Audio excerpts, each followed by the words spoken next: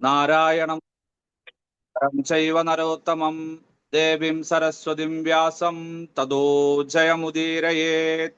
നഷ്ടപ്രായേഷു ഭദ്രേഷു നിത്യം ഭാഗവത സേവയാ ഭാഗവതേ ഉത്തമ ശ്ലോകേ ഭക്തിർഭവതി നൈഷ്ടകേ. മൂകം കരോതി വാചാലം പങ്കും ലംഘയതേ ഗിരിം യത്കൃപാതമഹം വന്ദേ പരമാനന്ദമാധവം. ശ്രീഗുരും ദീനതാരിണം ശ്രീചൈതന്യ ഈശ്വരം. ഓം അജ്ഞാനതിമിരാന്തസ്യ ജ്ഞാനാഞ്ജനശലാകയാ ചക്ഷുരുന്മീലിതം യേന തസ്മൈ ശ്രീഗുരവേ നമഃ. ശ്രീചൈതന്യമനോഭീഷ്ടം സ്ഥാപിതം യേന ഭൂതലേ സ്വയം രൂപകഥാ മഹ്യം ദദാതി സ്വപദാന്തികം. വന്ദേഹം ശ്രീഗുരോ ശ്രീയുതപദകമലം ശ്രീഗുരുൻ വൈഷ്ണവാംശ്ച ശ്രീരൂപം സാഗ്രജാതം സഹഗണ രഘുനാഥാനിതം തം സജീവം സാദ്വൈതം സാവധൂതം പരിജനസഹിതം കൃഷ്ണചൈതന്യദേവം ശ്രീരാധാ കൃഷ്ണപാദാൻ സഹഗണ ലളിതാ ശ്രീവിശാഖാനിതാംശ്ച. ഹേ കൃഷ്ണ കരുണാ സിന്ധോ ദീനബന്ധോ ജഗത്പദേ ഗോപേശ ഗോപികാ കാന്ത രാധാകാന്ത നമസ്തുതേ. തപ്തകാഞ്ചന ഗൗരാംഗീ രാധേ വൃന്ദാവനേശ്വരി വൃഷഭാനുസുതേ ദേവി പ്രണമാമി ഹരിപ്രിയേ. വാഞ്ചാകൽപതരുഭ്യശ്ച കൃപാ സിന്ധുഭ്യ ഏവ ച പതിതാനാം പാവനേഭ്യോ വൈഷ്ണവേഭ്യോ നമോ നമഃ. നമോ ഓം വിഷ്ണുപാദായ കൃഷ്ണപ്രേഷ്ഠായ ഭൂതലേ ശ്രീമദേ ഭക്തിവേദാന്ത സ്വാമിൻ ഇതി നാമിനേ. നമസ്തേ സാരസ്വതേ ദേവേ ഗൗരവാണി പ്രചാരിണേ നിർവിശേഷ ശൂന്യവാദി പാശ്ചാത്യദേശതാരിണേ. ജയ ശ്രീകൃഷ്ണ ചൈതന്യ പ്രഭു നിത്യാനന്ദ ശ്രീ അദ്വൈത ഗദാധര ശ്രീവാസാദി ഗൗരഭക്തവൃന്ദ. ഹരേ കൃഷ്ണ കൃഷ്ണ കൃഷ്ണ ഹരേ ഹരേ ഹരേ രാമ രാമ രാമ ഹരേ ഹരേ. ഓം നമോ ഭഗവതേ വാസുദേവായ. ഓം നമോ ഭഗവതേ വാസുദേവായ. ഓം നമോ ഭഗവതേ വാസുദേവായ. ഓം നമോ ഭഗവതേ വാസുദേവായ. ഓം തത്സത്. ശ്രീമദ് ഭഗവത്ഗീതയുടെ 10ാം അധ്യായമായിട്ടുള്ള വിഭൂതി യോഗത്തെ കുറിച്ചിട്ടാണ് ഇന്ന് നാം കുറച്ചു നേരം ചിന്തിക്കാൻ പോകുന്നത്. കഴിഞ്ഞ ക്ലാസ്സിൽ നാം രാജവിദ്യ രാജഗുഹ്യയോഗം, ആധ്യാത്മിക ജ്ഞാനങ്ങളിൽ വെച്ച് ഉത്തമമായിട്ടുള്ള രാജവിദ്യയെ കുറിച്ചിട്ട് നമ്മൾ വിചാരം ചെയ്തു. ഇനി ഭഗവാന്റെ വിഭൂതികളെ കുറിച്ച് നമുക്കൊന്ന് ചിന്തിക്കാം. വിഭൂതി നമ്മൾ വിചാരിക്കും ഭസ്മം, അങ്ങനെയൊക്കെയാണ് നാട്ടില് വിഭൂതി. വിശേഷേണ ഭവ്യതേ ഇതി വിഭൂതി, വിശേഷേണ ഭവിച്ചിരിക്കുന്നത്. അതായത് ഭഗവാൻ ഏതൊക്കെ വസ്തുക്കളിലാണ് വിശേഷമായിട്ട് ഭവിച്ചിരിക്കുന്നത്, നമുക്ക് ഒറ്റ നോട്ടത്തിൽ തന്നെ കാണാൻ സാധിക്കുന്നത്, അതാണ് വിഭൂതി. അപ്പൊ ആരെങ്കിലും ചോദിക്കും, അല്ല പ്രഭു എല്ലാത്തിലും ഉണ്ടല്ലോ ഭഗവാൻ, സർവത്ര ഭഗവാനില്ലാതെ ഒന്നുമില്ലല്ലോ, സർവം ബ്രഹ്മമയമല്ലേ? അതെ, ശരിയാണ്. ഭഗവാൻ സർവചരാചരങ്ങളിലും സ്ഥിതി ചെയ്യുന്നുണ്ട്. ഇത് തന്നെ 7ാം അധ്യായം ജ്ഞാനവിജ്ഞാന യോഗത്തിൽ ഭഗവാൻ പറഞ്ഞു. ഭഗവാൻ തന്റെ പരാപ്രകൃതിയെ കുറിച്ചും അപരാപ്രകൃതി, അപര ഭൗതികമായിട്ടുള്ള പ്രകൃതി, പര ഉത്തമമായിട്ടുള്ളത് ജീവസത്ത ജീവാത്മാവിനെ കുറിച്ച്, ആ സത്യനെ കുറിച്ചിട്ടല്ല പോലെ വിസ്തരിച്ചിട്ട് പറഞ്ഞു. ഏതദ്യോനീനി ഭൂതാനി സർവാണിത്യുപധാരയ അഹം കൃഷ്ണസ്യ ജഗതഃ പ്രഭവ പ്രളയസ്തത. അലയോ അർജുന, സർവചരാചരങ്ങളുടെയും ഉണ്മ ഞാനാകുന്നു, ഞാനില്ലെങ്കിൽ യാതൊന്നില്ല. ആധ്യാത്മിക ലോകമാകട്ടെ ഭൗതിക ലോകമാകട്ടെ എല്ലാം എന്നാൽ സൃഷ്ടിക്കപ്പെട്ടതാണ്. വസ്തുക്കളും ഞാൻ തന്നെയാണ്, സൃഷ്ടാവും ഞാൻ തന്നെയാണ്, അറിയേണ്ടതും അറിയപ്പെടേണ്ടവനും എല്ലാം ഞാൻ തന്നെ. എല്ലാ സർവചരാചരങ്ങളുടെയും ഉള്ളില് ആ പരമാത്മസ്വരൂപിയായിട്ട് അന്തരാമിയായിട്ട് വിശേഷേണ ഭവിച്ചിരിക്കുന്നത് ഞാൻ തന്നെയാണ്. മത്ത പരതരം നാന്യത് കിഞ്ചിദസ്തി ധനഞ്ജയ മയി സർവമിതം പ്രോതം സൂത്രേ മണിഗണ ഇവ. ഈ 84 ലക്ഷം ജീവയോനിയില് എത്രയോ കോടാനുകോടി ജീവസത്തകൾ ഉണ്ടെങ്കിൽ കൂടെയും അവയുടെ ഉള്ളിൽ കൂടെ അദൃശ്യമായിട്ടുള്ള ഒരു ചരട് എന്ന പോലെ, ഒരു ചരടിൽ കോർത്ത നല്ല സുന്ദരമായിട്ടുള്ള ആകർഷകമായിട്ടുള്ള ഒരു രത്നമാല അല്ലെങ്കിൽ മുത്തുമാല, മണിമാല എന്ന പോലെ എല്ലാ ജീവജാലങ്ങളുടെ ഉള്ളിലും പരമാത്മ സ്വരൂപേണ ഞാൻ അപൂർണാംശമായിട്ട് എല്ലാം ഞാൻ നിലകൊള്ളുന്നുണ്ട് എന്ന് പറഞ്ഞു. ശ്രീമദ് ഭഗവത്ഗീത 18 അധ്യായങ്ങളോട് കൂടിയതാണ്. അത് നമ്മുടെ പോലെയുള്ള അജ്ഞാനികൾക്ക് വേണ്ടിയിട്ട് ആചാര്യന്മാര് വളരെ അടുത്ത കാലത്ത് അധ്യായങ്ങളായിട്ട് അതിനെ വേർതിരിച്ചതാണ്. ശരിക്കും പറഞ്ഞു കഴിഞ്ഞാൽ തുടർച്ചയാണ് എല്ലാ ശ്ലോകങ്ങളും, ഒന്നിനോടൊന്ന് ബന്ധമുണ്ട് താനും. അപ്പോ ഈ അധ്യായം ഏതിനോടാണ് ബന്ധപ്പെട്ടിരിക്കുന്നത് എന്ന് ചോദിച്ചു കഴിഞ്ഞാൽ തീർച്ചയായിട്ടും ഇപ്പൊ പറഞ്ഞിട്ടുള്ള 7-ാം അധ്യായത്തിലെ 4-5 ശ്ലോകങ്ങളോട് കൂടിയിട്ട് ബന്ധപ്പെട്ടതാണ്. കാരണം ഭഗവാൻ അപ്പൊ തന്നെ ജ്ഞാനവിജ്ഞാന യോഗത്തില് 10-40 ശ്ലോകങ്ങൾക്ക് 19 ശ്ലോകങ്ങൾക്ക് മുന്നേ തന്നെ ഭഗവാൻ തന്റെ വിഭൂതിയെ കുറിച്ച്, തന്റെ ആ സർവ ഐശ്വര്യത്തെ കുറിച്ച്, തന്റെ ശക്തിയെ കുറിച്ച്, ഗുണങ്ങളെ കുറിച്ചിട്ടെല്ലാം നല്ലപോലെ വിസ്തരിച്ച് ഉപന്യസിച്ചിട്ടുണ്ട്. പക്ഷെ നമ്മൾ കുറച്ചു നേരത്തേക്കും മറന്നുപോയി. കാരണം യാതൊന്നിനെ മനസ്സിലാക്കിയാലാണ് അർജുനന് ശ്രേയസ് വരുന്നത്. അത് പെട്ടെന്ന് തന്നെ പറഞ്ഞു കൊടുക്കാമെന്ന് വിചാരിച്ചിട്ടാണ് ഭഗവാൻ 8-9 അധ്യായങ്ങളും പെട്ടെന്ന് തന്നെ പറഞ്ഞു കൊടുത്തത്. പിന്നീട് മനസ്സിലായി, ഓ ഞാൻ പരാപ്രകൃതിയെ കുറിച്ചും അപരാപ്രകൃതിയെ കുറിച്ചും പറഞ്ഞിട്ടുണ്ടല്ലോ, അതൊന്ന് മുഴുമിപ്പിക്കാമെന്ന് വിചാരിച്ച് ഭഗവാൻ വീണ്ടും പഴയതിലേക്ക് തന്നെ തിരിച്ചു വരുന്നു. 13-ാം അധ്യായം എടുക്കുമ്പോഴും നമുക്കിത് മനസ്സിലാക്കാനായിട്ട് സാധിക്കും. ആളുകൾ പറയും പ്രകൃതി പുരുഷൻ യാതൊരു ബന്ധമില്ലാത്ത കാര്യമാണല്ലോ ഭഗവാൻ പറയുന്നത് എന്ന് വിചാരിക്കും. പക്ഷെ ഭഗവാൻ മുന്നെവിടെയോ നിർത്തിയിട്ടുള്ള ആ വിഷയങ്ങളെ വീണ്ടും ആ ശ്രേണിയിലേക്ക് കൊണ്ടുവരികയാണ് ചെയ്യുന്നത്. പക്ഷെ നമ്മൾ മറന്നുപോകും, ഭഗവാൻ ഒരിക്കലും മറക്കില്ല. ഇങ്ങനെ 7-ാം അധ്യായത്തിൽ പറഞ്ഞതും 9-ാം അധ്യായത്തില് ഞാൻ നിന്റെ മുത്തച്ഛനാണ്, അഹം, ഞാൻ നിന്റെ പിതാവാണ്, ഞാൻ നിന്റെ മാതാവാണ്, ധാതാവാണ്, ബീജമാണ് എന്നെല്ലാം പറഞ്ഞു. ഗതിർ ഭർത്ത പ്രഭു സാക്ഷി നിവാസ ശരണം സുഹൃത്ത്. അർജുന എല്ലാതും ഞാൻ തന്നെയാണ്, ഞാനില്ലാതെ ഒന്നുമില്ല എന്ന് വിസ്തരിച്ചു പറഞ്ഞു. അങ്ങനെ ഈ 2 അധ്യായങ്ങളും കൂടിയിട്ട് ചേർന്നതാണ് ഇവിടെ 10-ാം അധ്യായത്തിൽ പറയാൻ പോകുന്നത്. ശരിക്കും ഇതില് വലിയ തത്വങ്ങളൊന്നും അടങ്ങിയിട്ടില്ല, എന്നാലോ ഉണ്ട് താനും. അപ്പൊ കഴിഞ്ഞ 9-ാം അധ്യായം പോലെയോ അല്ലെങ്കിൽ ഇനി ഭക്തിയോഗം പഠിക്കാൻ പോകുമ്പോ അല്ലെങ്കിൽ ഭൗതിക പ്രകൃതിയുടെ ത്രിഗുണങ്ങള്, പ്രകൃതി, പുരുഷൻ, ക്ഷേത്രം, ഇങ്ങനെയുള്ള അധ്യായങ്ങളെ വെച്ച് നോക്കുമ്പോൾ വലിയ തത്വങ്ങളൊന്നും ഇതിലില്ല. ഈ അധ്യായത്തിലും ഇല്ല, അടുത്ത അധ്യായത്തിലും ഇല്ല, 10-ലും 11-ലും ഇല്ല. പക്ഷേ നമ്മളെ പോലുള്ള അജ്ഞാനികൾക്ക് അല്ലെങ്കിൽ ഭഗവാനില്ല, വെറും ഒരു ചൈതന്യമാണെന്നൊക്കെ മനസ്സിലാക്കുന്ന ആളുകൾക്ക് മനസ്സിലാക്കാൻ വേണ്ടിയിട്ട് ഭഗവാൻ വിസ്തരിച്ചവിടെ ഉപന്യസിക്കുന്നു. ഉദാഹരണത്തിന് സൂര്യപ്രകാശം സകല സ്ഥലത്തുണ്ട്, സകല വസ്തുക്കളിലും അത് പ്രതിഫലിക്കുന്നുണ്ട്. പക്ഷെ കാണാൻ സാധിക്കുന്നില്ല നമുക്ക്. നാം പുറത്ത് ഒരു സ്വർണ്ണപാത്രം, വെള്ളിപ്പാത്രം, അലുമിനിയ പാത്രം, സ്റ്റീൽ പാത്രം, അല്ലെ, ഒരു ടൈല്, പരുപരുത്തൊരു പാറക്കഷ്ണൊക്കെ വെക്കുകയാണെങ്കിൽ എവിടെയാണ് സൂര്യപ്രകാശം കൂടുതൽ പ്രതിഫലിക്കുക? സ്വർണ്ണപാത്രത്തിലും വെള്ളിപ്പാത്രത്തിലും സ്റ്റീൽ പാത്രത്തിലൊക്കെ. എന്ന് വിചാരിച്ച് മറ്റുള്ള വസ്തുക്കളിലെ സൂര്യന്റെ പ്രതിബിംബം ഇല്ലെന്നാണോ നിങ്ങൾ വിചാരിക്കുന്നത്? അല്ല, ഉണ്ട്. പക്ഷെ നമുക്കത് കാണാൻ സാധിക്കുന്നില്ല, നമുക്കത് അനുഭവയോഗ്യമല്ല, അനുഭവവേദ്യമല്ല. അപ്പോൾ ഇവിടെ ഭഗവാൻ സകല വസ്തുക്കളിലും ഉണ്ടെങ്കിൽ കൂടെയും ഏതൊക്കെ വസ്തുക്കളിലാണ് പെട്ടെന്ന് ഒരു ബദ്ധാത്മാവായിട്ടുള്ള ജീവസത്തയ്ക്ക് കാണാൻ സാധിക്കുന്നത്, അതിൽ കൂടെ ഭഗവാനെ അറിയാൻ സാധിക്കുന്നത്, ആ ഒരു വിശേഷമാണ് ഭഗവാൻ ഈ അധ്യായത്തില് 70-ഓ 75-ഓ ചെറുതും വലുതുമായിട്ടുള്ള നാം ലോകത്ത് കാണുന്ന വസ്തുക്കളെ കൊണ്ട്, ഭഗവാന്റെ ശൈലി അങ്ങനെയാണ്. കൂടുതലായിട്ട് വലിയ നമ്മുടെ ഇപ്പോഴത്തെ ഭൗതിക ജീവികള്, ബുദ്ധിമാന്മാരെന്ന് നടിക്കുന്ന വലിയ തോൾ സഞ്ചും ഇട്ട് മുഷിഞ്ഞ വസ്ത്രവുമായി നടക്കുന്ന ബുദ്ധിജീവികളെ പോലെ ഒരിക്കലും തത്വചിന്തകരെ പോലെ പറയില്ല. ആള് വളരെ ലളിതമായിട്ടുള്ള കാര്യങ്ങളെ കൊണ്ട് നമുക്ക് പറഞ്ഞ കാര്യങ്ങൾ മനസ്സിലാക്കുന്നു. ശ്രീമദ് ഭഗവത്ഗീത പരിശോധിക്കുകയാണെങ്കിൽ അഗ്നി, വിറക്, വെണ്ണീർ, ഭസ്മം, പുഴ, നദി, വഞ്ചി, പട്ടം, ആമ, താമര, കടല്, ഇങ്ങനെയുള്ള ചെറിയ ചെറിയ ഉദാഹരണങ്ങളെ കൊണ്ട്. അതുപോലെ തന്നെയാണ് ഭഗവാൻ ഈ അധ്യായത്തിലും നമ്മളെ വേറൊരു തലത്തിലേക്ക് കൊണ്ടുപോകുന്നത്. അപ്പൊ നമുക്ക് നോക്കാം. ഇങ്ങനെ അർജുനൻ രാജവിദ്യ രാജഗുഹ്യയോഗമാകുന്ന അധ്യായമെല്ലാം കേട്ടു, ഭഗവാന്റെ ശ്ലോകങ്ങളെല്ലാം കേട്ടു, ഭഗവാനെ ശരണം പ്രാപിക്കണമെന്ന് പറഞ്ഞു, എപ്പോഴും കീർത്തിക്കണം, എപ്പോഴും ധ്യാനിക്കണം, എപ്പോഴും ഭഗവത് ഭക്തിയുത സേവനം ചെയ്യണം അർജുന. ഇത് അർജുനന്റെ മനസ്സില് ആഴത്തിൽ ചെന്ന് ശ്രദ്ധാലുവായിട്ടുള്ള ഒരു ഭക്തനായിട്ട് തീർത്തു. പതുക്കെ പതുക്കെ അദ്ദേഹത്തിന്റെ മനസ്സും ബുദ്ധിയുമെല്ലാം അപരമമായിട്ടുള്ള ഉത്കൃഷ്ട ഭാവത്തിലേക്ക് വന്നു.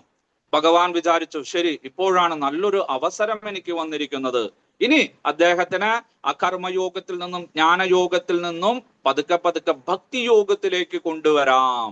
അദ്ദേഹത്തിന് ഞാൻ ആരാണെന്ന് മനസ്സിലാക്കി കൊടുക്കാം. ഇതുവരെ തന്റെ സമകാലീനായിട്ടുള്ള ഒരു ബന്ധുവായിട്ട്, മിത്രമായിട്ടാണ് കരുതുന്നത്. അല്ല, ഞാൻ സർവലോക മഹേശ്വരനാണെന്ന് അദ്ദേഹത്തിന് പറഞ്ഞു മനസ്സിലാക്കാമെന്ന് വിചാരിച്ച് ഭഗവാൻ പതുക്കെ പതുക്കെ പതുക്കെ ആ പൂവമ്പഴത്തിലെ സൂചി കയറ്റുന്ന പോലെ ആ അർജുനന്റെ ഹൃദയത്തിലേക്ക് ഇങ്ങനെ പോയിക്കൊണ്ടിരിക്കുകയാണ്. നമുക്ക് ഇവിടെ ഭഗവാൻ അർജുനൻ ആവശ്യപ്പെടാതെ തന്നെ ഭഗവാൻ ഇവിടെ പറയുന്നു. എന്താണ് പറയുന്നത്? ഭൂയ ഏവ മഹാബാഹോ ശൃണുമേ പരമം വചഃ യത്തേഹം പ്രീയമാണായ വക്ഷ്യാമേ ഹിത കാമയ. അർജുന, എനിക്ക് അങ്ങയോട് കുറെ കാര്യങ്ങൾ പറയാനുണ്ട്. എന്തിനു വേണ്ടിയിട്ടാണ്? അങ്ങയുടെ ഹിതത്തിന് വേണ്ടിയിട്ടാണ് ഞാൻ പറയാൻ പോകുന്നത്. നോക്കൂ, മാത്രമല്ല ഇവിടെ അർജുനനെ അഭിസംബോധന ചെയ്യാനായിട്ട് ഉപയോഗിച്ചിരിക്കുന്ന നാമം, പദം മഹാബാഹു, മഹത്തായിട്ടുള്ള കൈകളുള്ളവനെ, ബാഹുക്കളുള്ളവനെ, കൈക്കരുത്തുള്ളവനെ, വലിയ വലിയ കാര്യങ്ങൾ ചെയ്യാൻ സാധിക്കുന്നവനെ. നീ ചെറിയവനല്ല, നീ നിസ്സാരനല്ല. നിന്റെ കഴിവ് നിനക്ക് അറിയാണ്ട. നീ നിന്റെ പ്രമാദത്തെ, ആലസ്യത്തെ, ആ ഉന്മാദത്തെ എല്ലാം വിട്ടിട്ട് എഴുന്നേൽക്കൂ. നീ കഴിവുള്ളവനാണ്, സർവ വീരശൂര പരാക്രമിയാണ്. നിനക്ക് എന്തൊക്കെ ചെയ്യാൻ പറ്റും? എപ്പോഴും നാം നമ്മുടെ മക്കളോടും നമ്മുടെ സഹപാഠികളോടും നമ്മുടെ ഭക്തന്മാരോടും നമ്മുടെ സത്സംഗത്തിൽ വരുന്ന ആളുകളോടും നാം ഈ തരത്തിലായിരിക്കണം സംസാരിക്കേണ്ടത്. അല്ലെങ്കിൽ മാതാജിക്ക് കീർത്തനം പാടാൻ അറിയില്ല, മാതാജിക്ക് ആരതി പാടാൻ അറിയില്ല, അല്ലെങ്കിൽ ക്ലാസ് എടുക്കാൻ അറിയില്ല, മാതാജിക്ക് പാത്രം കഴുകാൻ അറിയില്ല, അത് അങ്ങനെ പറഞ്ഞ് ഒരിക്കലും നിരാശപ്പെടുത്തരുത്. പിന്നെന്താ, നിങ്ങൾക്ക് ചെയ്യാൻ സാധിക്കും, എനിക്ക് പോലും ചെയ്യാൻ സാധിക്കില്ല, എത്രയോ നല്ലതായിട്ട് ചെയ്യണേ എന്ന് അറിയില്ലെങ്കിൽ കൂടെ അവരോട് പറയണം. മനസ്സിലായ? മുഖസ്തുതിയായിട്ട്. അതിൽ തെറ്റൊന്നുമില്ല. സത്യം ഭൂയ പ്രിയം ഭൂയ നഭൂയ സത്യം അപ്രിയ എന്ന ആപ്തവാക്യം. അപ്പോ അങ്ങനെ പതുക്കെ പതുക്കെ അവരുടെ മേഖലയിലേക്ക് ഉയർത്തണം. അല്ലാതെ don't do don't do don't do. നമ്മുടെ സത്സംഗത്തിലത്തെ ഏറ്റവും വലിയ പ്രധാന ഒരു ഭവിഷ്യത്താണ് ഞാൻ പറഞ്ഞു വരുന്നത്, തെറ്റിദ്ധരിക്കരുത്. അങ്ങനെ എല്ലാവരെയും നമ്മുടെ ആ തലത്തിലേക്ക് പതുക്കെ പതുക്കെ ഉയർത്തിക്കൊണ്ടുവരണം. ഭഗവാന്റെ ശൈലി തന്നെ ഭഗവാന്റെ ഭക്തന്മാരിവിടെ സ്വീകരിക്കണം. മഹാബാഹോ, മഹത്തായിട്ടുള്ള ബാഹുക്കളുള്ളവനെ, കൈക്കരുത്തുള്ളവനെ, വീരശൂര പരാക്രമിയെ, എന്തും ചെയ്യാൻ സാധിക്കുന്നവനെ, വില്ലാളി വീര ധീര സുധീര എന്നാണ് ഈ പദങ്ങളെ കൊണ്ട് ഭഗവാൻ പറയുന്നത്. എന്നിട്ട് പറയണം, നിന്റെ ഹിതത്തിന് വേണ്ടിയിട്ട് ഞാൻ പറഞ്ഞു തരാം. മാത്രമല്ല പ്രിയമാണായ, എനിക്ക് പ്രിയമുള്ളവനും കൂടിയിട്ടാണ്.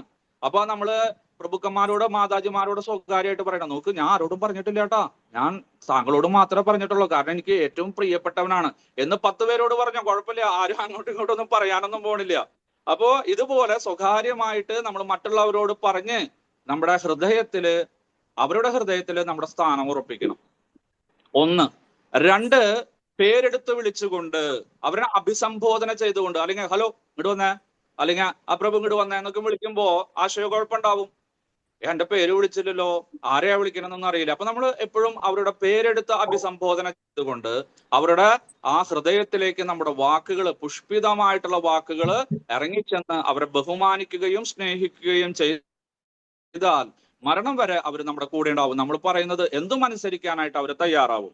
ഇങ്ങനെ അർജുനന്റെ ആ പ്രീതിക്ക് വിധേയനാക്കിയിട്ട് ഭഗവാൻ പതുക്കെ പതുക്കെ കാര്യത്തിലേക്ക് പ്രവേശിക്കുകയാണ്. എന്നിട്ട് പറഞ്ഞു, അർജുന, ഞാൻ പറയാൻ പോകുന്ന കാര്യങ്ങള് നിനക്ക് മാത്രമേ മനസ്സിലാക്കാൻ സാധിക്കുകയുള്ളൂ. നീ പരിശുദ്ധ ഭക്തനായതുകൊണ്ടും എന്റെ സുഹൃത്തായതുകൊണ്ടും ഇതൊന്നും മറ്റുള്ളവർക്ക് അറിയില്ല. നമേ വിദുസുരഗണാഹ പ്രഭവന്ന മഹർഷയഃ അഹമാതിർഹി ദേവാനാം മഹർഷീണാം ച സർവശഃ.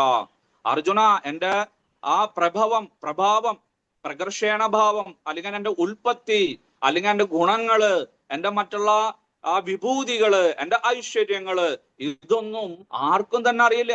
മഹർഷിമാർക്കും അറിയില്ല, ഋഷികൾക്കും അറിയില്ല, ദേവന്മാർക്കോ അല്ലെങ്കിൽ മറ്റുള്ള അഷ്ടവസ്തുക്കൾക്കോ ദേവതകൾക്കോ അസുരന്മാർക്കോ മനുഷ്യർക്കോ സിദ്ധന്മാർക്കോ യോഗികൾക്കോ ആർക്കും തന്നെ അറിയില്ല.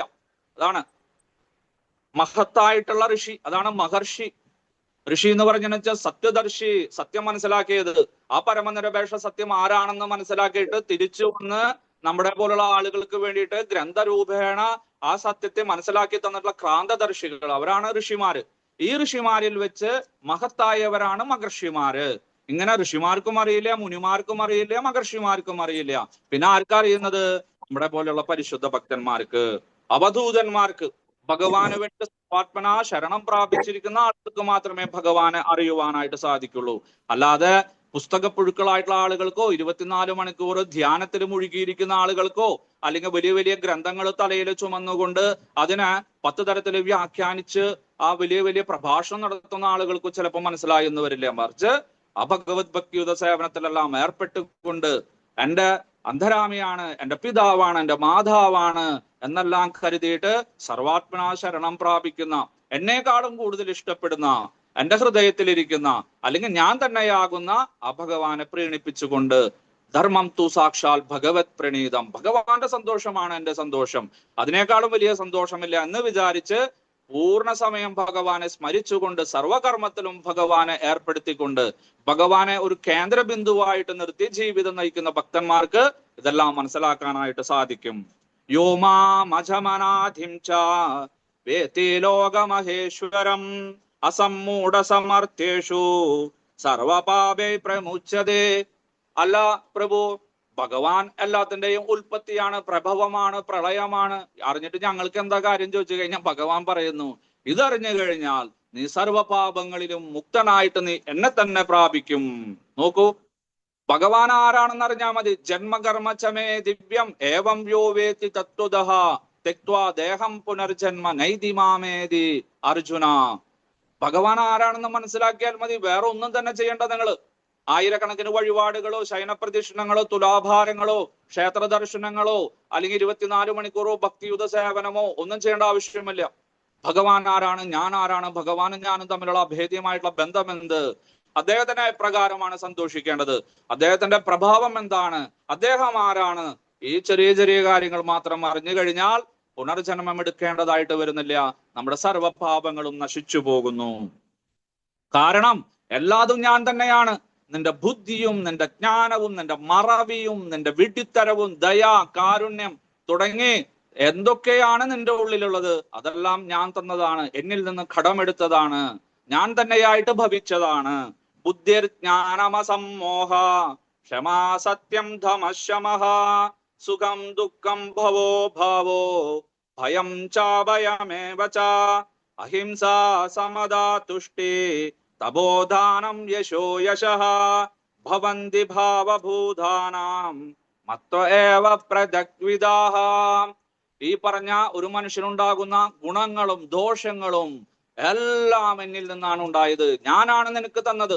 ഞാനില്ലെങ്കിൽ ഇതൊന്നും തന്നെയില്ല. നീ വിചാരിക്കുന്ന നിന്റെ സൗന്ദര്യം, നിന്റെ ഭക്തി, നിന്റെ ദയ, ക്ഷമ, ജ്ഞാനം എല്ലാം നീ ആർജിച്ചതാണെന്ന്. അല്ല, ഞാൻ നിനക്ക് സൗജന്യമായിട്ട് ദയയോട് കൂടിയിട്ട് കാരുണ്യത്തോട് കൂടിയിട്ട് പ്രിയത്തോട് കൂടിയിട്ട് തന്നതാണ്.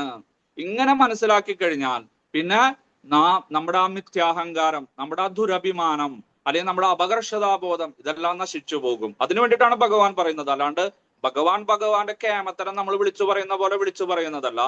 കാരണം നമ്മുടെ ആ മിഥ്യാഹങ്കാരം അജ്ഞാനമെല്ലാം നശിച്ചാൽ മാത്രമേ നമുക്ക് ആ പരമപദത്തെ പ്രാപിക്കാനായിട്ട് സാധിക്കുള്ളൂ. അതിനു വേണ്ടിയിട്ട് ഇതെല്ലാം എന്റെ ഗുണങ്ങളാണ്, ഞാൻ തന്നതാണ്, നീ എന്റെ വിഭിന്നാംശമാണ്, നീ എന്റെ ദാസനാണെന്ന് മനസ്സിലാക്കിയിട്ട് ഇതെല്ലാം നീ എടുത്തുകൊള്ളൂ, എനിക്ക് വേണ്ട, ഞാൻ നിനക്ക് ഇഷ്ടത്തോടു കൂടിയിട്ട് തന്നതാണ്. എന്തിനു വേണ്ടിയിട്ട്? പ്രിയമാണാനാം ഹിതകാമയ, നിന്റെ ഹിതത്തിന് വേണ്ടിയിട്ട്, നിന്റെ നല്ലതിന് വേണ്ടിയിട്ട്, നല്ല ഭാവിക്ക് വേണ്ടിയിട്ട് തന്നതാണ്. മാത്രമല്ല പ്രിയമാണാണ്, നീ എനിക്ക് പ്രിയപ്പെട്ടവനാണ്, ഞാൻ നിനക്കും പ്രിയപ്പെട്ടവനാണ്. അതുകൊണ്ടാണ് ഈ കൊടുക്കൽ വാങ്ങല് നടക്കുന്നത് എന്ന് ഉപദേശാമൃതത്തെ വീണ്ടും ഇവിടെ ഓർമ്മിപ്പിക്കുന്നു. ഇങ്ങനെ സകല ഗുണങ്ങളും എല്ലാം നമുക്ക് ഭഗവാനിൽ നിന്ന് കിട്ടിയതാണ്. അർജുന, എങ്ങനെയാണ് ഈ ഭൗതിക പ്രപഞ്ചം ഉണ്ടായത് ഞാൻ പറഞ്ഞു തരാം. മഹർഷയ സപ്തപൂർവേ ചത്വാരോ മനവസ്തത മദ്ഭാവ മാനസാജാത യേഷാം ലോക ഇമ പ്രജാഹ. ഈ പ്രജകളെയെല്ലാം ഉണ്ടാക്കിയത് ഞാൻ തന്നെയാണ്. പക്ഷെ ഞാൻ ചില ആളുകളെയെല്ലാം ചുമതലപ്പെടുത്തിയിട്ടുണ്ട്. എൻ്റെ ഹൃദയത്തിൽ നിന്ന്, മനസ്സിൽ നിന്ന്, ശുദ്ധമായിട്ടുള്ള അവബോധത്തിൽ നിന്ന് കുറെ ആളുകളെ ഞാൻ സൃഷ്ടിച്ചിട്ടുണ്ട്. സനകൻ, സനാതനൻ, സനന്ദനൻ, സനത് കുമാരൻ തുടങ്ങിയിട്ടുള്ള ചത്വാരോ മനവഹ, 4 കുമാരന്മാരെ ഞാൻ സൃഷ്ടിച്ചു. പക്ഷെ അവരൊന്നും വിവാഹം കഴിക്കാനായിട്ട് തയ്യാറായില്ല. അവരെല്ലാം ബ്രഹ്മചാരികളെ പോലെ ജീവിതം നയിക്കാനാണ് ഇഷ്ടപ്പെട്ടത്, ഭഗവത് ഭക്തന്മാരായിട്ട്. അതുകൊണ്ട് വീണ്ടും എനിക്ക് ആരെ സൃഷ്ടിക്കേണ്ടി വന്നു? സപ്തർഷികളെ, സപ്തപൂർവ മനവഹ, ആ 7 പേരെ സൃഷ്ടിക്കേണ്ടി വന്നു, സപ്തർഷികളെ. ഭൃഗു, മരീചി, അത്രി, പുലഹൻ, പുലസ്ത്യൻ, കൃതു, വസിഷ്ഠൻ, അങ്കിരസ് തുടങ്ങിയിട്ടുള്ള ആളുകളെ. പിന്നെ ഇവരെല്ലാം തങ്ങളുടെ അർദ്ധഭാഗത്തിൽ നിന്ന് സ്ത്രീകളെയെല്ലാം സൃഷ്ടിച്ചുകൊണ്ട്, അന്ന് സ്ത്രീ പുരുഷ ബന്ധത്തിന്റെ ഒന്നും ആവശ്യമില്ല, അങ്ങനെ അവര് തന്നെ അവർക്ക് ആവശ്യമുള്ളവരെ എല്ലാം സൃഷ്ടിച്ച് പ്രജാപതികളെ, മരീചി, രുരു തുടങ്ങിയിട്ടുള്ള, ദക്ഷൻ തുടങ്ങിയിട്ടുള്ള പ്രജാപതികളെയെല്ലാം സൃഷ്ടിച്ചു. അവരിൽ നിന്നാണ് ദേവന്മാരും രാക്ഷസന്മാരും അസുരന്മാരും പിന്നെ മനുഷ്യരും നരന്മാരും കിന്നരന്മാരും അപ്സരസുകളും ഗന്ധർവന്മാരും പക്ഷിമൃഗാദികളും ലതകളും വൃക്ഷങ്ങളും തുടങ്ങി ഈ 84 ലക്ഷം ജീവയോനികളെല്ലാം ഉണ്ടായത്. അപ്പോ എല്ലാത്തിന്റെയും ഉത്ഭവസ്ഥാനം ആരാണ്? ഞാൻ തന്നെ. നിന്റെ മുത്തച്ഛൻ ഞാനാണ്. നിന്റെ അച്ഛൻ ഒരു പക്ഷെ മനുവായിരിക്കാം, പക്ഷെ ആ മനുവിന്റെയും അച്ഛൻ ഞാനായതുകൊണ്ട്, അല്ലെങ്കിൽ ആ ബ്രഹ്മാവിന്റെ അച്ഛൻ ഞാനായതുകൊണ്ട് മുത്തച്ഛനും മുതുമുത്തച്ഛനും പ്രപിതാമഹനും എല്ലാം ഞാൻ തന്നെ. ഏതാം വിഭൂതി യോഗം ച മമയോ വേതി തത്വതഃ സോ വികൽപേന യോഗേന യുജ്യതേനാത്ര സംശയഃ. ആരൊക്കെയാണ് ഇത് മനസ്സിലാക്കുന്നത്? അവര് എന്റെ ഭഗവത് ഭക്തിയുത സേവനം അനുഷ്ഠിച്ചുകൊണ്ട് എന്നെ പ്രാപിക്കാനായിട്ട് ഒരുമ്പെടുന്നു. മറ്റുള്ളവരാകട്ടെ അതൊന്നും വകവയ്ക്കാതെ ഇവിടെ മൃഗതുല്യമായിട്ടുള്ള ജീവിതം നയിച്ച് അവരുടെ ജീവിതം വ്രത നശിപ്പിക്കപ്പെടുന്നു. അഹം സർവസ്യ പ്രഭവോ മത്തഃസർവം പ്രവർത്തതേ ഇതി മത്വാ ഭജന്തേ മാം ബുധാഭാവസമന്വിതാഃ. സകല ഭൗതികമായിട്ടുള്ള ഉറവിടവും സകല ആധ്യാത്മിക ഉറവിടങ്ങളും ഞാൻ തന്നെയാണ്. സകല ആധ്യാത്മിക ലോകങ്ങളും എന്നിൽ നിന്നാണ് ഉടലെടുത്തത്, ഭൗതിക ലോകങ്ങളും എന്നിൽ നിന്നാണ് ഉടലെടുത്തത്. ചിലപ്പോ സൃഷ്ടിസ്ഥിതി സംഹാരം ത്രിമൂർത്തി സങ്കല്പമല്ല നിങ്ങളുടെ മനസ്സിലേക്ക് ഓർമ്മ വരും. പക്ഷെ അതിലെല്ലാം ഉണ്മയായിട്ടിരിക്കുന്നത്, ഇവർക്ക് ആ ശക്തി നൽകിയിരിക്കുന്നത് ഒരു സഹമന്ത്രിമാരും കേന്ദ്രമന്ത്രിമാരും എല്ലാം ഭരിക്കുന്നുണ്ടെങ്കിലും അതിന്റെ എല്ലാം നിർദ്ദേശം, അതിന്റെ പ്രഭാവമായിട്ട് പ്രധാനമന്ത്രി അവിടെ ഇരിക്കുന്നത് പോലെ എത്രയോ കോടാനുകോടി ദേവതകൾ ഉണ്ടെങ്കിലും അവരുടെ എല്ലാം നിയന്താവായിട്ട്, നിയാമകനായിട്ട് ആ പരമദിവ്യോത്തമ പുരുഷനായിട്ടുള്ള ഭഗവാൻ അവിടെ ഉണ്ടെന്ന് ഓരോ ഭക്തന്മാരും മനസ്സിലാക്കിയിട്ട് എല്ലാവരും ആനന്ദത്തോടു കൂടിയിട്ട് അദ്ദേഹത്തിന് ഉള്ളഴിഞ്ഞ് ആരാധിക്കുന്നു. മറ്റുള്ളവരെല്ലാം അദ്ദേഹത്തില് അസൂയയായിട്ട് അദ്ദേഹത്തിനെ മാറ്റി നിർത്തുന്നു. അതുകൊണ്ട് അർജുന, നീ എന്റെ ആ യോഗത്തെ, വിഭൂതിയെ എല്ലാം മനസ്സിലാക്കിയിട്ട് ദയവ് ചെയ്ത് ഭക്തിയോഗത്തില് പ്രവേശിക്കൂ എന്ന് സൂചന നൽകുകയാണ്. മച്ചിത്ത മദ്ഗത പ്രാണ ബോധയന്ത പരസ്പരം കഥയന്തശ്ച മാം നിത്യം തുഷ്യന്തി ചാരമന്തി ച. ഇപ്രകാരം ഞാൻ ആരാണെന്ന് മനസ്സിലാക്കിയിട്ട് എന്നെ ഉള്ളഴിഞ്ഞ് ആരാധിച്ചിട്ട് എന്റെ പരിശുദ്ധ ഭക്തന്മാര് തുഷ്യന്തി ചാരമന്തി ച, അവര് ആഹ്ലാദത്തിൽ നൃത്തം ചെയ്യുന്നു, അവര് പാട്ടുകൾ പാടുന്നു, കീർത്തനം ചെയ്യുന്നു, അവര് ധ്യാനിക്കുന്നു, ജപിക്കുന്നു, പരസ്പരം കെട്ടിപ്പിടിക്കുന്നു. അല്ലെ, ഒരു സത്സംഗത്തിൽ വന്നു കഴിഞ്ഞാൽ ഉണ്ടാകുന്ന ഒരു അവസ്ഥയെ കുറിച്ചിട്ടാണ് ഭഗവാൻ ഇവിടെ പറയുന്നത്. അല്ലെ, നേരത്തെ വൈഷ്ണവി മോള് കഥകളെല്ലാം പറഞ്ഞു, പ്രകീർത്തിച്ചു. അല്ലെ, അപ്പൊ നേരിട്ട് കാണുമ്പോഴുണ്ടാകുന്ന ഒരു അവസ്ഥ, മാധ്യമത്തിൽ കൂടെ ഇത് ആണെങ്കിൽ നേരിട്ട് കണ്ടാൽ അവസ്ഥ എന്തായിരിക്കും? ഭഗവാന്റെ കാര്യങ്ങൾ അറിയുമ്പോഴത്തെ സന്തോഷം, വൈകുണ്ഠ ലോകത്തിൽ പോയിട്ട് നേരെ നമ്മുടെ കൺമുമ്പിൽ അദ്ദേഹത്തിനെ കാണുമ്പോഴുണ്ടാകുന്ന നിങ്ങളുടെ വികാരം ഒന്ന് ചിന്തിച്ചു നോക്കൂ നിങ്ങള്. അല്ലെ, ഗുരുവായൂർ അമ്പലത്തിലോ ശ്രീ പത്മനാഭ സ്വാമി ക്ഷേത്രത്തിലോ ഉടുപ്പിയിലോ തിരുപ്പതിയിലോ പോകുമ്പോൾ നമുക്കുണ്ടാകുന്ന ആവേശം, ആനന്ദം, ഇങ്ങനെയാണെങ്കിൽ ആ വ്യക്തിയെ നിങ്ങൾ നേരിട്ട് നിങ്ങളുടെ കയ്യകരത്തിൽ കാണുമ്പോൾ ഉണ്ടാകുന്ന തുഷ്യന്തി ചാരമന്തിച്ച ആ സന്തോഷം ഒരിക്കലും, ആ പരമാനന്ദം, ബ്രഹ്മാനന്ദം ഒരിക്കലും പറഞ്ഞറിയിക്കാൻ പറ്റില്ല, അതിനേക്കാളും കൂടുതലായിരിക്കും. പക്ഷെ അതിനു വേണ്ടിയിട്ടൊന്നും കാത്തു നിൽക്കുന്നുണ്ട. അദ്ദേഹം വിഗ്രഹ രൂപത്തിൽ വന്നിട്ടുണ്ട്, പുസ്തക രൂപത്തിൽ വന്നിട്ടുണ്ട്, പരിശുദ്ധ ഭക്തന്മാരുടെ രൂപത്തിൽ വന്നിട്ടുണ്ട്, മാർഗദർശികളായിട്ടുള്ള ഭക്തന്മാരുടെ രൂപത്തിൽ, ആധ്യാത്മിക ആചാര്യന്റെ പ്രതിനിധിയായിട്ട്, ഇങ്ങനെ സകല രൂപത്തിലും നമ്മുടെ കൺമുമ്പിലുണ്ട്. അതുകൊണ്ട് ഭഗവാനെ തന്നെ കാണണം, ഭഗവാന്റെ നിർദ്ദേശങ്ങൾ അനുസരിക്കണം, അങ്ങനെ ആരും വിചാരിക്കരുത്. കാരണം അദ്ദേഹത്തിന്റെ പ്രതിനിധിയായിട്ടാണ് സകല മാർഗദർശികളായിട്ടുള്ള ഭക്തന്മാരും ആധ്യാത്മിക ആചാര്യന്മാരും ഗുരുജനങ്ങളുമെല്ലാം നമ്മുടെ ഭൗതിക ലോകത്തിലേക്ക് വന്നിരിക്കുന്നത്. തേഷാം സതതയുക്താനാം ഭജതാം പ്രീതി പൂർവകം ദദാമി ബുദ്ധിയോഗം തം തേന മാം ഉപയാന്തിതേ. അല്ല പ്രഭു, ഇങ്ങനെ മനസ്സിലാക്കി ഭഗവാൻ ആരാണെന്ന്, ഞങ്ങൾ ആരാണെന്ന് മനസ്സിലാക്കി ഭഗവാനെ സദാസമയം പ്രകീർത്തിച്ചത് കൊണ്ട് എന്ത് പ്രയോജനം? നിങ്ങൾ ഹരേ കൃഷ്ണക്കാര് വെറുതെ സമയം ചെലവാക്കിയിട്ട് കയ്യിലൊരു ബാഗും വെച്ച് ഇങ്ങനെ വിറപ്പിച്ച് എന്തൊക്കെയോ പുരുപുരത്ത് കൊണ്ട് ജീവിതം നയിക്കുന്നു. എത്രയോ ഉത്തരവാദിത്തങ്ങളിൽ നിന്ന് നിങ്ങൾ ഒഴിഞ്ഞു മാറുന്നു. നിങ്ങൾക്ക് എത്രയോ കാര്യങ്ങൾ ചെയ്യാനുണ്ട്. എന്താണെങ്കിൽ ഭഗവാൻ പറയുന്നു, ആരാണ് എന്നെ പ്രീതിപൂർവകമായിട്ട് സ്നേഹത്തോട് കൂടിയിട്ട് ഉള്ളൊഴിഞ്ഞ് ആരാധിച്ചുകൊണ്ട് ഇതെന്റെ കടമയാണ്, ഇതെന്റെ കർത്തവ്യമാണെന്നുള്ള ഭാവേന കൂടിയിട്ട് വളരെ സന്തോഷത്തോട് കൂടിയിട്ട് എത്രയോ നിസാര കാര്യങ്ങളാകട്ടെ വലിയ കാര്യങ്ങളാകട്ടെ ശ്രദ്ധയോട് കൂടിയിട്ട് ദൃഢവിശ്വാസത്തോട് കൂടിയിട്ട് ചെയ്യുന്നത് അവൻ എനിക്ക് ഏറ്റവും പ്രിയപ്പെട്ടവനാണ്. അവന് ഞാൻ നല്ല പോലത്തെ ബുദ്ധി നൽകുന്നു. ആ ബുദ്ധി കൊണ്ട് അവൻ എന്നെ പ്രാപിക്കാനായിട്ട് സാധിക്കും. ആ ഒരു ബുദ്ധി കൊണ്ട് മാത്രം അവന് വൈകുണ്ഠ ലോകത്തിലോ ഗോലോക വൃന്ദാവനത്തിലോ എത്താനായിട്ട് സാധിക്കും എന്നാണ് ഭഗവാൻ പറയുന്നത്. നോക്കൂ ഭഗവാൻ എത്ര കരുണാമയനാണെന്ന്.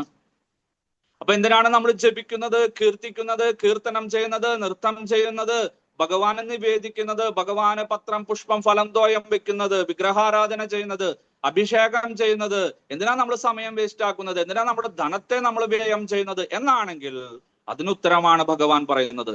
ഇനി ഈ ശ്ലോകം നല്ല പോലെ പഠിക്കുക. നിങ്ങൾ ആരെങ്കിലും നിങ്ങളോട് ചോദിക്കുകയാണെങ്കിൽ ഞായറാഴ്ച 5-6 മണിക്കൂർ നിങ്ങൾ എന്തിനാണ് വെറുതെ നഷ്ടപ്പെടുത്തുന്നത്? ഒരു ദിവസം 2 മണിക്കൂർ നിങ്ങൾ സ്വാധ്യായം ചെയ്യാനും ജപിക്കാനും വിഗ്രഹാരാധന ചെയ്യാൻ എന്തിനാണ് വെറുതെ നഷ്ടപ്പെടുത്തുന്നത് എന്നാണെങ്കിൽ അതിന്റെ ഉത്തരമാണ് ഈ ശ്ലോകത്തിൽ ഭഗവാൻ പറയുന്നത്. എന്നെ ആരാണോ സ്നേഹത്തോടു കൂടിയിട്ട് പ്രീതിപൂർവകമായിട്ട് ഭജിക്കുന്നത് അവൻ എനിക്ക് വളരെ പ്രിയപ്പെട്ടവനാണ്, അവനെ ഞാൻ എൻ്റെ ലോകത്തിലേക്ക് കൊണ്ടുവരും. അതിനു വേണ്ടിയിട്ട് അപ്പൊ ഇവിടെ പ്രീതിപൂർവകം വളരെ രസകരമാണ്. ആദ്യകർത്ത പ്രഭു ചപ്പൻ പോകു കൊണ്ടുവരാൻ പറഞ്ഞു, അല്ലെങ്കിൽ നാളെ നേരത്തെ വരാൻ പറഞ്ഞു, അടിച്ചു വരാൻ പറഞ്ഞു. കുരിശായി. ഈ പ്രഭുവിന് വേറെ പണിയൊന്നുമില്ലേ? എപ്പോഴും എന്നെ തന്നെ പറയുന്നു, എങ്ങനെ വിചാരിക്കരുത്. പ്രീതിപൂർവകം നിങ്ങളുടെ ഹൃദയത്തിൽ നിന്ന്, നിങ്ങളുടെ ഉള്ളിൽ നിന്ന് വരണം.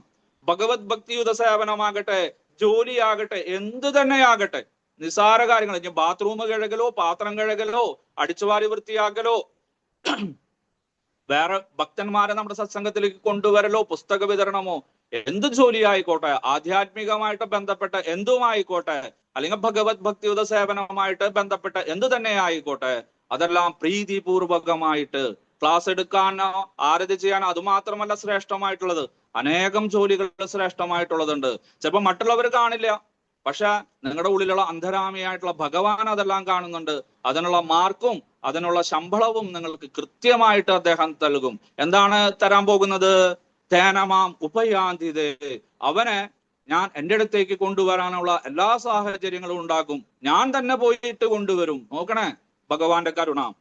തേഷമേവാനുകംഭാർത്ഥം അഹമജ്ഞാനജം തമഃ നാശയാത്മാത്മ്യമാഭവസ്തോ ജ്ഞാനദീപേന ഭാസ്വത. എങ്ങനെയാണ് കൊണ്ടുവരുന്നത്? ഞാൻ അവരുടെ ഹൃദയത്തിലേക്ക് പ്രകാശസ്വരൂപിയായിട്ട് അന്തരാമിയായിട്ട് പരമാത്മസ്വരൂപേണ പ്രവേശിച്ചിട്ട് അവരുടെ ഹൃദയത്തിലുള്ള അഴുക്കെല്ലാം കളഞ്ഞിട്ട് അന്ധകാരത്തെ നീക്കിയിട്ട് അജ്ഞാനത്തെ നീക്കിയിട്ട് ഞാൻ എൻ്റെ അറിവ് സത്ത് ചിത്ത് ആനന്ദ സ്വരൂപനാണ് ഭഗവാൻ, ശാശ്വതനാണ്, ജ്ഞാനസ്വരൂപിയാണ്, ആനന്ദസ്വരൂപിയാണ്. ഇത് മൂന്നും അവന് കൊടുക്കും. നോക്കൂ എങ്ങനെയാണെന്നും കൂടി പറഞ്ഞിട്ടുണ്ട്. അല്ലാതെ വെറുതെ ഒരു പ്രസ്താവന നമ്മുടെ മന്ത്രിമാരെ ഇറക്കണ പോലെ, ആരോഗ്യമന്ത്രി ഇറക്കിയ പോലെ ഒരു പ്രസ്താവനയല്ല ഇവിടെ പറയുന്നത്. കാര്യകാരണത്തോടു കൂടിയിട്ട് വളരെ വ്യക്തമായിട്ട് ഇന്ന കാരണങ്ങളെ കൊണ്ട് എന്ന് പറഞ്ഞ് യാതൊരു സംശയത്തിനും ഇട നൽകാത്ത രീതിയിൽ യുക്തിയുക്തമായിട്ടാണ് ഭഗവാൻ പറയുന്നത്. അജ്ഞാനികളായിരിക്കാം ഒരു പക്ഷെ, അവര് പഠിച്ചിട്ടുണ്ടാവില്ല, അവർക്ക് ഭഗവത് ഭക്തിയുത സേവനത്തെ കുറിച്ച് അറിയുണ്ടാവില്ല, എന്താണ് ചെയ്യേണ്ടത് എന്താണ് ചെയ്യാൻ പാടില്ലാത്തതെന്ന് അറിയില്ല. പക്ഷെ എന്നെ ഇഷ്ടപ്പെട്ടത് കൊണ്ട് അവരിൽ കരുണ തോന്നിയിട്ട് ഞാൻ അവരുടെ ഹൃദയത്തിലേക്ക് പ്രവേശിച്ചിട്ട് ഇന്നത് ചെയ്യണം, ഇന്ന ആളുകളുമായിട്ട് സഹവസിക്കണം എന്ന് പറഞ്ഞ് ഞാൻ ബുദ്ധി നൽകും എന്നാണ് ഭഗവാനോട് പറയുന്നത്. ഇതെല്ലാം കേട്ടപ്പോ അർജുനന് വർദ്ധിച്ച ഉത്സാഹമായി.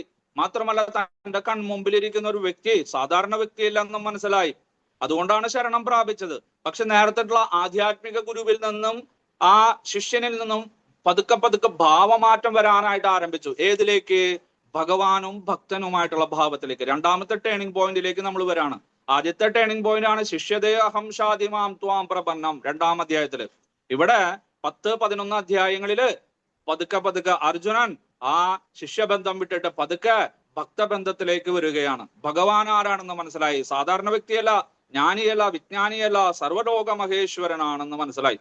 അങ്ങനെ അത് അർജുനൻ തന്നെ സമ്മതിക്കുകയാണ്. ഇവിടെ താൻ മനസ്സിലാക്കിയിട്ടുള്ള കാര്യങ്ങൾ, ഒരു ശിഷ്യൻ മനസ്സിലാക്കിയിട്ടുള്ള കാര്യങ്ങൾ ഗുരുവിനോട് പറയുമ്പോൾ ഗുരുവിന് സന്തോഷം ഉണ്ടാവും. ടീച്ചർക്ക് സന്തോഷം ഉണ്ടാവും. ഓ, എന്റെ ശിഷ്യൻ അല്ലെങ്കിൽ എന്റെ വിദ്യാർത്ഥി ഈ തലത്തിൽ എത്തിയിട്ടുണ്ട്, ശരി, അവന് ഞാൻ ഇനി കൂടുതൽ പറഞ്ഞു കൊടുക്കാമെന്ന് അധ്യാപകന് ഒരു താല്പര്യം ഉണ്ടാവും. അതുപോലെ താൻ മനസ്സിലാക്കിയിട്ടുള്ള കാര്യങ്ങൾ അർജുനൻ ഇവിടെ പറയുന്നു. അർജുനൻ എന്താ പറയുന്നത്?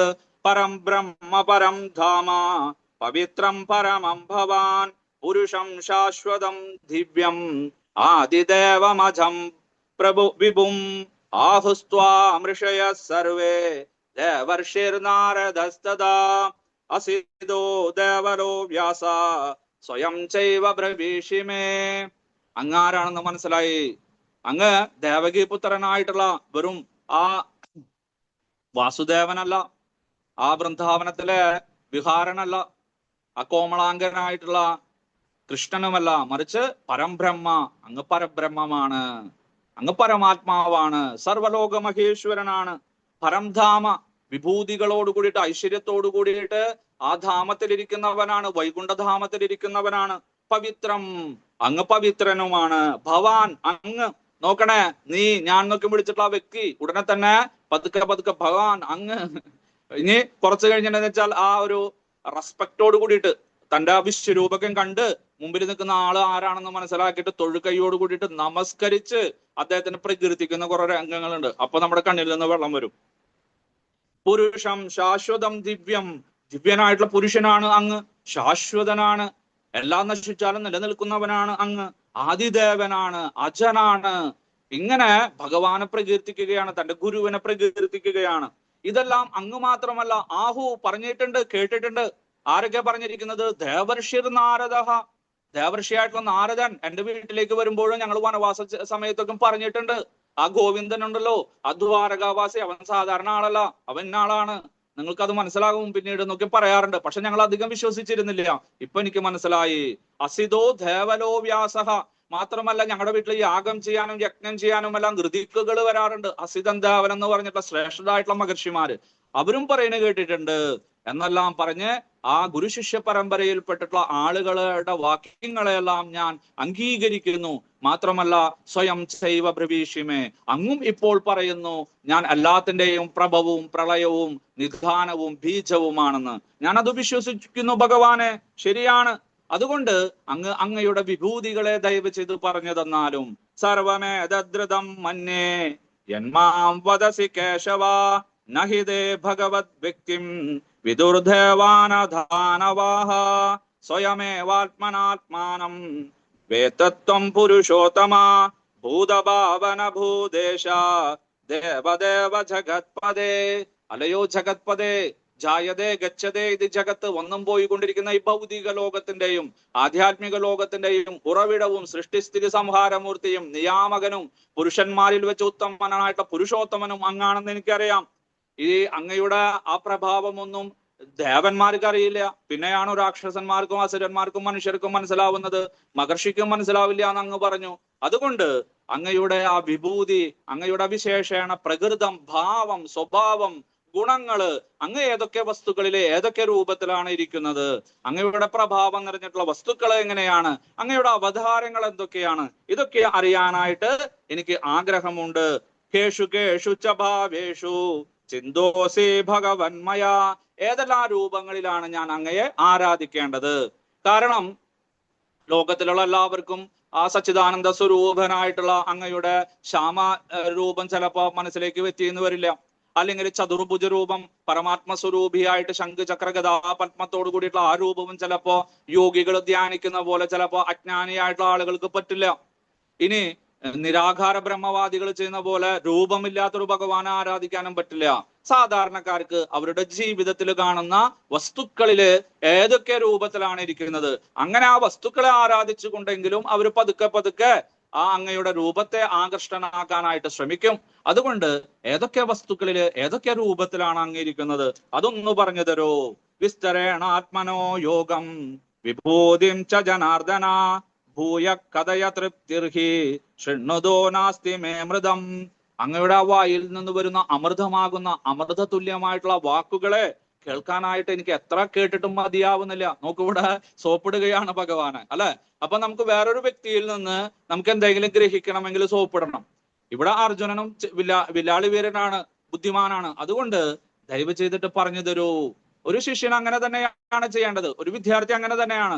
എപ്പോഴും അധ്യാപകനെയോ അധ്യാപികയെയോ എപ്പോഴും സ്തുതിച്ചുകൊണ്ട് അവർക്ക് വേണ്ട ചോക്ക്, ചൂരല്, ഡസ്റ്റർ, അങ്ങനെയൊക്കെയും മേശവിരി ഇതൊക്കെയും കൊടുത്തിട്ട് അവരെ നമ്മുടെ തലത്തിലാക്കി നിർത്തും. അപ്പോൾ ചിലപ്പോൾ പരീക്ഷയ്ക്ക് വരുന്ന ചോദ്യങ്ങൾ, ചിലപ്പോൾ 2 ദിവസം പ്രൊജക്ട് കൊടുക്കാൻ വൈകി, അസൈൻമെന്റ് കൊടുക്കാൻ വൈകി, ശരി, ചിലപ്പോൾ നമ്മളെ ഒരു ദയാകാരുണ്യം ഉണ്ടാവും. അതുപോലെ ഇവിടെ ബുദ്ധിമാനായിട്ടുള്ള അർജുനൻ പറയുന്നു, അങ്ങയുടെ അമൃത തുല്യമായിട്ടുള്ള വാക്കുകൾ കേട്ടിട്ടും മതിയാവുന്നില്ല. ദയവ് ചെയ്തിട്ട് അങ്ങയുടെ വിഭൂതികളെ കുറിച്ച് വിസ്തരിച്ചു പറഞ്ഞാലും. കാരണം അർജുനനും മനസ്സിലായി, 7-ാം അധ്യായത്തിലും പറഞ്ഞിട്ടുണ്ട്, 9-ാം അധ്യായത്തിലും പറഞ്ഞിട്ടുണ്ട് കുറെ കാര്യങ്ങൾ. പക്ഷെ എന്നാലും ഇതിന് ഉപരിയായിട്ട്, ഇതിൽ നിന്ന് വ്യത്യസ്തമായിട്ട് സാധാരണക്കാർക്ക് മനസ്സിലാവാനായിട്ട് എന്തൊക്കെയാണുള്ളത് അതും എനിക്ക് പറഞ്ഞു തരൂ എന്ന് പറഞ്ഞു. ഭഗവാന് സന്തോഷായി. ഭഗവാൻ വർദ്ധിച്ച ഉത്സാഹത്തോട് കൂടിയിട്ട് പുഞ്ചിരിച്ചുകൊണ്ട് മന്ദഹസിച്ചുകൊണ്ട് അർജുനന്റെ പുറത്തെല്ലാം തട്ടിയിട്ട് പറഞ്ഞു, കേമനാണല്ലോ നീ ബുദ്ധിമാനാണല്ലോ. ഹന്തതേ കഥയിഷ്യാമി ദിവ്യാഹ്യാത്മവിഭൂതയഃ പ്രാധാന്യത കുരു ശ്രേഷ്ഠ നാസ്ത്യന്തോ വിസ്തരസ്യ മേ അഹമാത്മാ ഗുഡാഘേഷ സർവഭൂതാശയസ്ഥിതഃ അഹമാദിത്യ മധ്യം ച ഭൂതാനാമന്ത ഏവ ച. വീണ്ടും ഭഗവാൻ പ്രകീർത്തിക്കുകയാണ് തന്റെ ശിഷ്യനെ. കുരുശ്രേഷ്ഠ, കുരുവംശജരിൽ വെച്ച് ഏറ്റവും ശ്രേഷ്ഠനായവനെ, കുരുമഹാരാജാവിന്റെ ഒപ്പമാണ് ഞാൻ നിന്നെ കാണുന്നത്. നോക്കൂ, അല്ലാണ്ട് കൗരവ കുരു എന്നല്ല പറയുന്നത്. കുരുവംശജരിൽ വിട്ട് ഏറ്റവും ശ്രേഷ്ഠനായവനാണ് നീ. എനിക്കറിയാം, അല്ലെ? ആ കാലഘട്ടത്തില് എത്രയോ ശ്രേഷ്ഠരായിട്ടുള്ള വ്യക്തികളുണ്ട്, ഭീഷ്മ പിതാമഹൻ അടക്കം. പക്ഷെ അവരെയെല്ലാം കവച്ചു വെച്ചുകൊണ്ട് അവരെക്കാളും ശ്രേഷ്ഠനാണെന്ന് പറയുമ്പോൾ അർജുനനുണ്ടാവുന്ന ഭാവം, അർജുനന്റെ ആ പ്രമാദം, ആലസ്യം, ആ സ്വധർമ്മമായിട്ടുള്ള യുദ്ധത്തിൽ നിന്ന് പിന്മാറി നിൽക്കുന്ന ആ ഒരു മ്ലാനത, ക്ലൈബ്യം, ഇതെല്ലാം പാടെ കളയാൻ വേണ്ടിയിട്ടാണ് ഭഗവാൻ ഇങ്ങനെ അദ്ദേഹത്തിനെ പ്രകീർത്തിച്ചു കൊണ്ടിരിക്കുന്നത്. കുട്ടികളെ നമ്മൾ ലാളിക്കുന്ന പോലെ. എടാ കുരുശ്രേഷ്ഠ, ഞാൻ എത്ര പറഞ്ഞാലും മതിയാവില്ല. കാരണം എന്റെ വിഭൂതികൾ അത്രയുമുണ്ട്. സർവചരാചരങ്ങളിലും ഞാനുണ്ട്. ഞാനില്ലാതെ സർവചരാചരങ്ങളുമില്ല. സർവം ഖലിതം ബ്രഹ്മം, സർവം ബ്രഹ്മം, എല്ലാതും ഞാൻ തന്നെയാണ്. പ്രജ്ഞാനം ബ്രഹ്മം, എല്ലാതും അവബോധവും ഞാൻ തന്നെ. എല്ലാവരുടെയും സൃഷ്ടിസ്ഥിതി സംഹാരം ഞാൻ തന്നെയാണ്. യാതൊന്നിൽ നിന്നാണ് ഉണ്ടാകുന്നത്, അത് ഞാൻ തന്നെ. യാതൊന്നിലാണ് നിലനിൽക്കുന്നത്, അതും ഞാൻ തന്നെ. അതുപോലെ തന്നെ ആരിലേക്കാണ് എത്തിച്ചേരുന്നത്, അതും ഞാൻ തന്നെ. സർവചരാചരങ്ങളുടെയും ആദിയും മധ്യവും അന്ത്യവും എല്ലാം ഞാൻ തന്നെ. മാത്രമല്ല ഗുഡാഘേഷ, വീണ്ടും പ്രോത്സാഹിപ്പിക്കുന്നു അർജുനനെ. ആലസ്യത്തെ മാറ്റിയവനെ, ഗുഡാക ഇത് ഈശഹ, ഗുഡാക എന്ന് പറഞ്ഞ നിദ്ര, ആലസ്യം, പ്രമാദം, ഇതിനെ കവച്ചു വെച്ചവനാണ് നീ. അതുകൊണ്ട് ഞാൻ പറഞ്ഞതെല്ലാം നിനക്ക് മനസ്സിലാക്കാനായിട്ട് സാധിക്കും. എന്നിരുന്നാലും ഞാൻ പറയുകയാണ്, എത്ര പറഞ്ഞാലും അത് തീരില്ല. മണിക്കൂറുകളോ ദിവസങ്ങളോ ആഴ്ചകളോ മാസങ്ങളോ ചിലപ്പോൾ വർഷങ്ങളോ വേണ്ടി വരും. കാരണം എന്താണ്? സർവ്വതിലും ഞാനുണ്ട്. വൈദ്യുതി എന്താണ്? വൈദ്യുതി എങ്ങനെയാണ് പ്രവർത്തിക്കുന്നത് എന്ന് ചോദിച്ചു കഴിഞ്ഞാൽ ചിലപ്പോ ആ വൈദ്യുതി പഠിപ്പിക്കുന്ന, വിദ്യുച്ഛക്തിയെ കുറിച്ചിട്ട് പഠിപ്പിക്കുന്ന, ഇലക്ട്രിസിറ്റിയെ കുറിച്ച് പഠിപ്പിക്കുന്ന അധ്യാപകൻ, എഞ്ചിനീയർ സാധാരണക്കാരന് പറഞ്ഞു കൊടുക്കും, ഈ ലൈറ്റ് പ്രകാശിക്കുന്നത് വൈദ്യുതി കൊണ്ടാണ്. നോക്കൂ, അതിൽ പ്രകാശം വരുന്നത്, ബൾബില് പ്രകാശം വരുന്നത്, മാല ബൾബില് പ്രകാശം വരുന്നത്, സീറോ ബൾബില് പ്രകാശം വരുന്നത്, LED ബൾബില് പ്രകാശം വരുന്നത്, സോഡിയം വേപ്പർ ലാമ്പില് പ്രകാശം വരുന്നത്, ഹലജനില് പ്രകാശം വരുന്നത്, ഡിസ്കോ ലൈറ്റില് പ്രകാശം വരുന്നത്. അത് മാത്രമുള്ളൂ? അല്ലല്ല, ഫാനുകളില്, പലതരം ഫാനുകളില്, pedestal fan, ceiling fan, wall fan, ഇതിലൊക്കെയും. അത് മാത്രമുള്ളൂ? അല്ലല്ല, AC-യിലുണ്ട്. തണുപ്പ് മാത്രമേ തരുന്നുള്ളൂ? ചൂടും തരുന്നുണ്ട്, ഹീറ്ററിലുണ്ട്. ഇങ്ങനെ വൈദ്യുതിയെ കുറിച്ചിട്ട് വേണമെങ്കിൽ ഒരു അധ്യാപകന് ഒരു ദിവസം മുഴുവൻ ക്ലാസ് എടുക്കാം. ഇന്ന പദാർത്ഥങ്ങളിൽ കൂടെ ഇന്ന വരുമ്പോഴാണ് അതിന്റെ ലഭിക്കുന്നത്. അതുവരെയ്ക്കും ജഡവസ്തുവാണ്. എപ്പോഴാണ് വിദ്യുച്ഛക്തി, ഇലക്ട്രിസിറ്റി അതിൽ സ്പർശിക്കുന്നത്, അതിൽ കൂടെ പ്രവേശിക്കുന്നത്, അപ്പോൾ അതിന്റെ ആ പ്രഭാവം, ഉണ്മ കിട്ടുന്നു എന്ന് പറഞ്ഞ് സർവ്വതിനെയും ചിലപ്പോൾ വിസ്തരിക്കാൻ പോയി കഴിഞ്ഞാൽ സമയം കിട്ടില്ല. അപ്പൊ ഒരു അധ്യാപകൻ പ്രധാനപ്പെട്ട വസ്തുക്കളെ കുറിച്ച് പറയും. അതുപോലെ ഭഗവാൻ പറയാണ്, സർവചരാചരങ്ങളിലും ഞാനുണ്ട്, എന്റെ പ്രഭാവമുണ്ട്. ആ ജീവസ്വരൂപേണ ഹൃദയത്തിലെ ജീവാത്മാവായിട്ട് ഇരിക്കുന്നവന്റെ അടുത്ത് തന്നെ അതിനോട് ബന്ധപ്പെട്ടിട്ട് സയാമസ് ഇരട്ടകളിലെ പോലെ, ഒരു വൃക്ഷത്തിൽ ഇരിക്കുന്ന 2 പക്ഷികളെ പോലെ ആ 8 ഇഞ്ച് മാത്രം വലുപ്പമുള്ള ആ പരമാത്മസ്വരൂപിയായിട്ട്, ശംഖുചക്ര ഗദാപത്മസ്വരൂപിയായിട്ട് ജനാർദ്ദന രൂപത്തിൽ ഞാൻ ഇരിക്കുന്നുണ്ട് എന്ന് പറയാണ് ഇവിടെ. എന്നിരുന്നാലും നീ ചോദിച്ച നിലയ്ക്ക് ഞാൻ പറഞ്ഞു തരാം, കുറച്ചു മാത്രമേ പറയാൻ പറ്റുള്ളൂ. പ്രാധാന്യമുള്ളവയെ കുറിച്ച് പറയാമെന്ന് പറഞ്ഞ് ഭഗവാൻ ചില പ്രധാനപ്പെട്ട ഗണങ്ങളെ എടുത്തുകൊണ്ട്, കൂട്ടങ്ങളെ എടുത്തുകൊണ്ട്, അതില് ഞാൻ എന്റെ പ്രഭാവം ഏത് വസ്തുവിലാണെന്ന് പറയുന്നു. പക്ഷെ ഇത് വിചാരിച്ചിട്ട് ആ വസ്തുവിൽ മാത്രമേ ഉള്ളൂ എന്ന് വിചാരിക്കരുത്. നേരത്തെ സൂര്യന്റെ പ്രതിഫലനം പറഞ്ഞ പോലെ നല്ല ശ്രേഷ്ഠമായതും അതുപോലെ തന്നെ മിനുസമുള്ളതും അതുപോലെ തന്നെ പ്രതിഫലിക്കാൻ സാധിക്കുന്നതുമായിട്ടുള്ള വസ്തുക്കളിൽ സൂര്യബിംബം നല്ല തെളിഞ്ഞു കാണുന്നു. പക്ഷെ അതിൻ്റെ അടുത്തുള്ള കല്ലിലുമുണ്ട്, ഇലയിലുമുണ്ട്, ചുമരിലുമുണ്ട്, എല്ലാത്തിലും ഉണ്ട്. അതുപോലെ ഇവിടെ ചില ഗണങ്ങളെ എടുത്തുകൊണ്ട് ഭഗവാൻ തന്റെ വിഭൂതികളെ കുറിച്ച് പറയുന്നു. നമുക്ക് പെട്ടെന്ന് പോവാം, കാരണം അത്ര പ്രാധാന്യം ഇതിന് കൊടുക്കേണ്ട ആവശ്യമില്ല.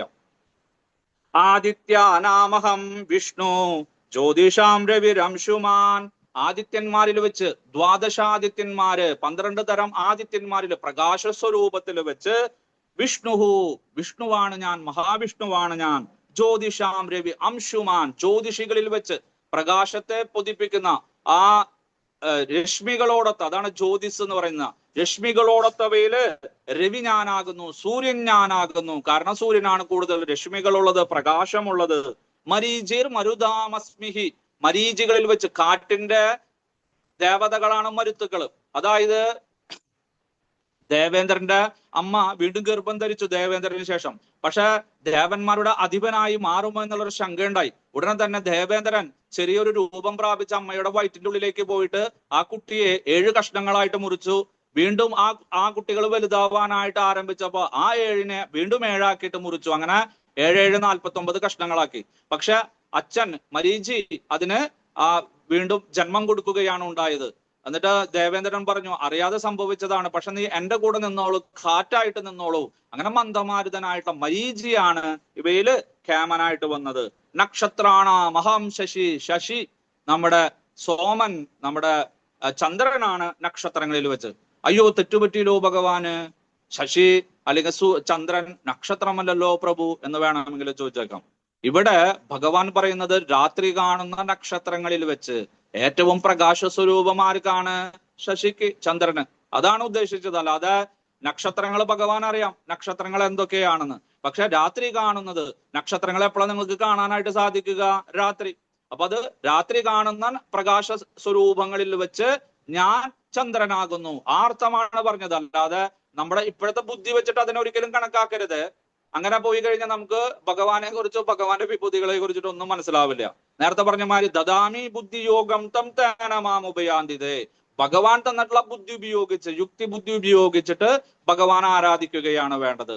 അപ്പോ ഇതിനെ കുറിച്ചിട്ട് വേദങ്ങളിലും ഉപനിഷത്തുകളിലും പുരാണങ്ങളിലും എല്ലാം പറയുന്നുണ്ട്. പിന്നീട് ചിലപ്പോൾ ഇതിന്റെ മാറ്റങ്ങളും വരാനായിട്ട് സാധ്യതയുണ്ട്. കാരണം നമ്മൾ പലപ്പോഴും പഠിച്ചിട്ടുണ്ടായിരുന്നു 9 നവഗ്രഹങ്ങളാണ്, അല്ലെങ്കിൽ സൗരയൂഥത്തിൽ 9 ഉണ്ട്. ഇപ്പൊ ചിലത് കൂട്ടിയും കുറഞ്ഞും. പിന്നെ തമോഗർത്തത്തെ കുറിച്ചിട്ട് സ്റ്റീഫൻ ഹോക്കിംഗ് പല സിദ്ധാന്തങ്ങളും പറഞ്ഞു. അത് കഴിഞ്ഞിട്ട് അദ്ദേഹം പറഞ്ഞു എനിക്ക് തെറ്റുപറ്റി, ഇങ്ങനെയല്ല എന്ന് പറഞ്ഞു. ഐസക് ന്യൂട്ടനും തെറ്റ് സമ്മതിച്ചിട്ടുണ്ട്, ആൽബർട്ട് ഐൻസ്റ്റീനും തെറ്റ് സമ്മതിച്ചിട്ടുണ്ട്. അങ്ങനെ പല ആൾക്കാരും തങ്ങളുടെ സിദ്ധാന്തത്തിൽ ചെറിയ മാറ്റങ്ങൾ വരുത്തിയിട്ടുണ്ട്. പക്ഷെ ഭഗവാൻ അന്ന് പറഞ്ഞത് തന്നെയാണ് ഇനി ഒരു 1000 കോടി വർഷങ്ങൾ കഴിഞ്ഞാലും അദ്ദേഹത്തിന് മാറ്റമില്ല. കാരണം എന്താണ്? അദ്ദേഹത്തിന് തെറ്റുപറ്റില്ല. വേദാനാം സാമവേദോസ്മി ദേവാനാമസ്മി ഇന്ദ്രിയാമനശ്ചാസ്മി ഭൂതാനാമസ്മി ചേതന. വേദങ്ങളിൽ വെച്ച് ചതുർവേദങ്ങൾ നമുക്കറിയാം. ഋഗ്വേദം, യജുർവേദം, സാമവേദം, അഥർവവേദം. അതിൽ വെച്ച് സാമവേദമാണ് ഞാൻ. സാമവേദം കേൾക്കുമ്പോൾ നമുക്ക് മനസ്സിലാവും. പ്രത്യേകിച്ച് ഗുജറാത്ത്, മഹാരാഷ്ട്ര, രാജസ്ഥാൻ ഭാഗങ്ങളിലൊക്കെയാണ് ഇത്. കാരണം കിഴക്ക് ഭാഗത്ത് ഋഗ്വേദികളും നമ്മൾ യജുർവേദികളും, അതായത് ദക്ഷിണ ഭാഗത്ത്, പിന്നെ പടിഞ്ഞാറൻ ഭാഗത്ത് സാമവേദികളും, നോർത്തില് അഥർവ വേദികളുമാണ്. പിന്നെ ചെറിയൊരു വ്യത്യാസം വരാം, പക്ഷെ കൂടുതലും പ്രചാരം നടക്കുന്നത് അങ്ങനെയാണ്.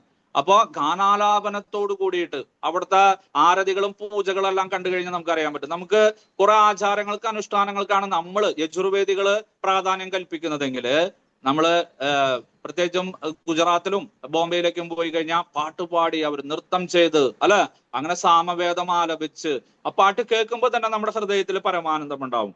അതുകൊണ്ട് സാമവേദമാണ് ഞാൻ. ദേവാനാമസ്മി വാസവ, ദേവന്മാരിൽ വെച്ച് ദേവേന്ദ്രനാണ് ഞാൻ. ഇന്ദ്രിയാണാം മനശ്ചാസ്മി, 11 ഇന്ദ്രിയങ്ങളിൽ വെച്ച് 11ാമത്തെ ഇന്ദ്രിയമാകുന്ന മനസ്സാകുന്നു ഞാൻ. ഭൂതങ്ങളിൽ വെച്ച്, ചരാചരങ്ങളിൽ വെച്ച് ചേതന, അവബോധമാകുന്നു, കോൺഷ്യസ്നാകുന്നു ഞാൻ. പുരോദസം ച മുഖ്യം മാം വിദ്ധി പാർത്ഥ ബൃഹസ്പതിം. അനേകം പുരോഹിതന്മാരുണ്ടാവും. അവരിൽ വെച്ചിട്ട് ദേവ പുരോഹിതനായിട്ടുള്ള ബൃഹസ്പതി, ദേവഗുരുവായിട്ടുള്ള ബൃഹസ്പതിയാണ് ഞാൻ. അറിവിന്റെ മകുടമാണ്. സേനാനിനാമഹം സ്കന്ദ സ്കന്ദനാണ്, സുബ്രഹ്മണ്യനാണ് ഞാൻ. ആരിൽ വെച്ചിട്ട്? സേനാനികളിൽ വെച്ച്. ദേവന്മാരുടെ സർവ്വസൈന്യാധിപനായിട്ടുള്ള സ്കന്ദൻ സുബ്രഹ്മണ്യനാണ്, മുരുകനാണ് ഞാൻ. സരസാമസ്മി സാഗരഹ, സരസ്സുകളില് വെള്ളം കെട്ടി നിൽക്കുന്ന സ്ഥലങ്ങളിൽ വെച്ചിട്ട് ഞാൻ സാഗരമാകുന്നു. മഹർഷീണാം ഭൃഗുരഹം, മഹർഷിമാരിൽ വെച്ച് ഞാൻ ഭൃഗുവാണ്. ബ്രഹ്മാവിന്റെ ഹൃദയത്തിൽ നിന്ന് ഉണ്ടായിട്ടുള്ള ഭൃഗുവാകുന്നു ഞാൻ. ഗിരാമസ്മേഘം അക്ഷരം, ഗിരിയാണ് ഞാൻ. നശിക്കാത്ത വസ്തുക്കളിൽ വെച്ച് ഏകമായിട്ടുള്ള ആ പ്രണവമന്ത്രം ഞാനാകുന്നു.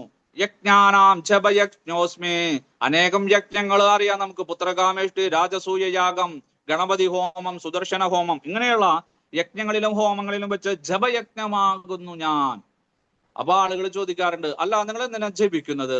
നിങ്ങൾക്ക് ആ സമയത്ത് കുറെ പൂജകളോ വഴിപാടുകളോ അല്ലെങ്കിൽ കാര്യങ്ങളൊക്കെ നടത്തിയല്ലോ. കാരണം ഭഗവാൻ പറഞ്ഞിട്ടുണ്ട്, യജ്ഞാനാം ജപയജ്ഞോസ്മി. ഒരു കൂട്ടം, ഒരു വ്യക്തിയല്ല, ഒരു വീട്ടിലെ എല്ലാ കുടുംബാംഗങ്ങളും ഇരുന്ന് ഒരുമിച്ച് ജപിക്കുക, സത്സംഗത്തിൽ ഒരുമിച്ചിരുന്ന് ജപിക്കുക. ഇപ്രകാരം എല്ലാവരും കൂട്ടായിട്ട് ഇരുന്ന് ഭഗവാന്റെ നാമം ജപിക്കുന്നതാണ് എനിക്ക് യജ്ഞങ്ങളിൽ വെച്ച് ഏറ്റവും ഉത്തമം എന്ന് ഇവിടെ പറഞ്ഞിട്ടുണ്ട്. അതുകൊണ്ടാണ് നമ്മുടെ സത്സംഗത്തിലെല്ലാം നമ്മൾ നിത്യേന എല്ലാ ദിവസവും ജപിക്കുന്നത്. സ്ഥാവരാണാം ഹിമാലയ, ഇപ്രകാരം നിശ്ചിത വസ്തുക്കൾ വെച്ച്, ചലിക്കാത്ത വസ്തുക്കളിൽ വെച്ച്, സ്ഥാവരമായിട്ടുള്ള വസ്തുക്കളിൽ വെച്ച് ശ്രേഷ്ഠമായിട്ടുള്ള ഹിമാലയമാകുന്നു, അക്കൈലാസം സ്ഥിതി ചെയ്യുന്ന ഹിമാലയമാകുന്നു ഞാൻ. അശ്വത്ഥ സർവവൃക്ഷാണാം ദേവർഷീണാം ച നാരദ, വൃക്ഷങ്ങളിൽ വെച്ച് അശ്വത്ഥം, അശ്വങ്ങളെ കെട്ടാൻ ഉപയോഗിക്കുന്നത് നമ്മുടെ അരയാലാകുന്നു. അതുകൊണ്ടാണ് സർവക്ഷേത്രങ്ങളുടെയും മുന്നില് ഒരു ആല് നമ്മൾ വെച്ച് പിടിപ്പിക്കുന്നത്. ദേവർഷിമാരിൽ മഹർഷിമാരുണ്ട്, ഋഷിമാരുണ്ട്, ബ്രാഹ്മണ കുലത്തിൽ ജനിച്ച ബ്രഹ്മർഷിമാരുണ്ട്, ദേവന്മാരുടെ കുലത്തിൽ ജനിച്ചിട്ടുള്ള ദേവർഷിമാരുണ്ട്, അങ്ങനെ അനേകം രാജർഷിമാര്, രാജകുടുംബത്തിൽ ജനിച്ചിട്ടുള്ള, ക്ഷത്രിയ കുടുംബത്തിൽ ജനിച്ചിട്ടുള്ള രാജർഷിമാരുണ്ട്. ഇവരിലെല്ലാം വെച്ച് ദേവർഷിമാരിൽ ദേവകുലത്തിൽ ജനിച്ചിട്ടുള്ള ആ ഒരു മഹർഷിയാണ് നാരദ മഹർഷി. അദ്ദേഹവും ഞാനാകുന്നു.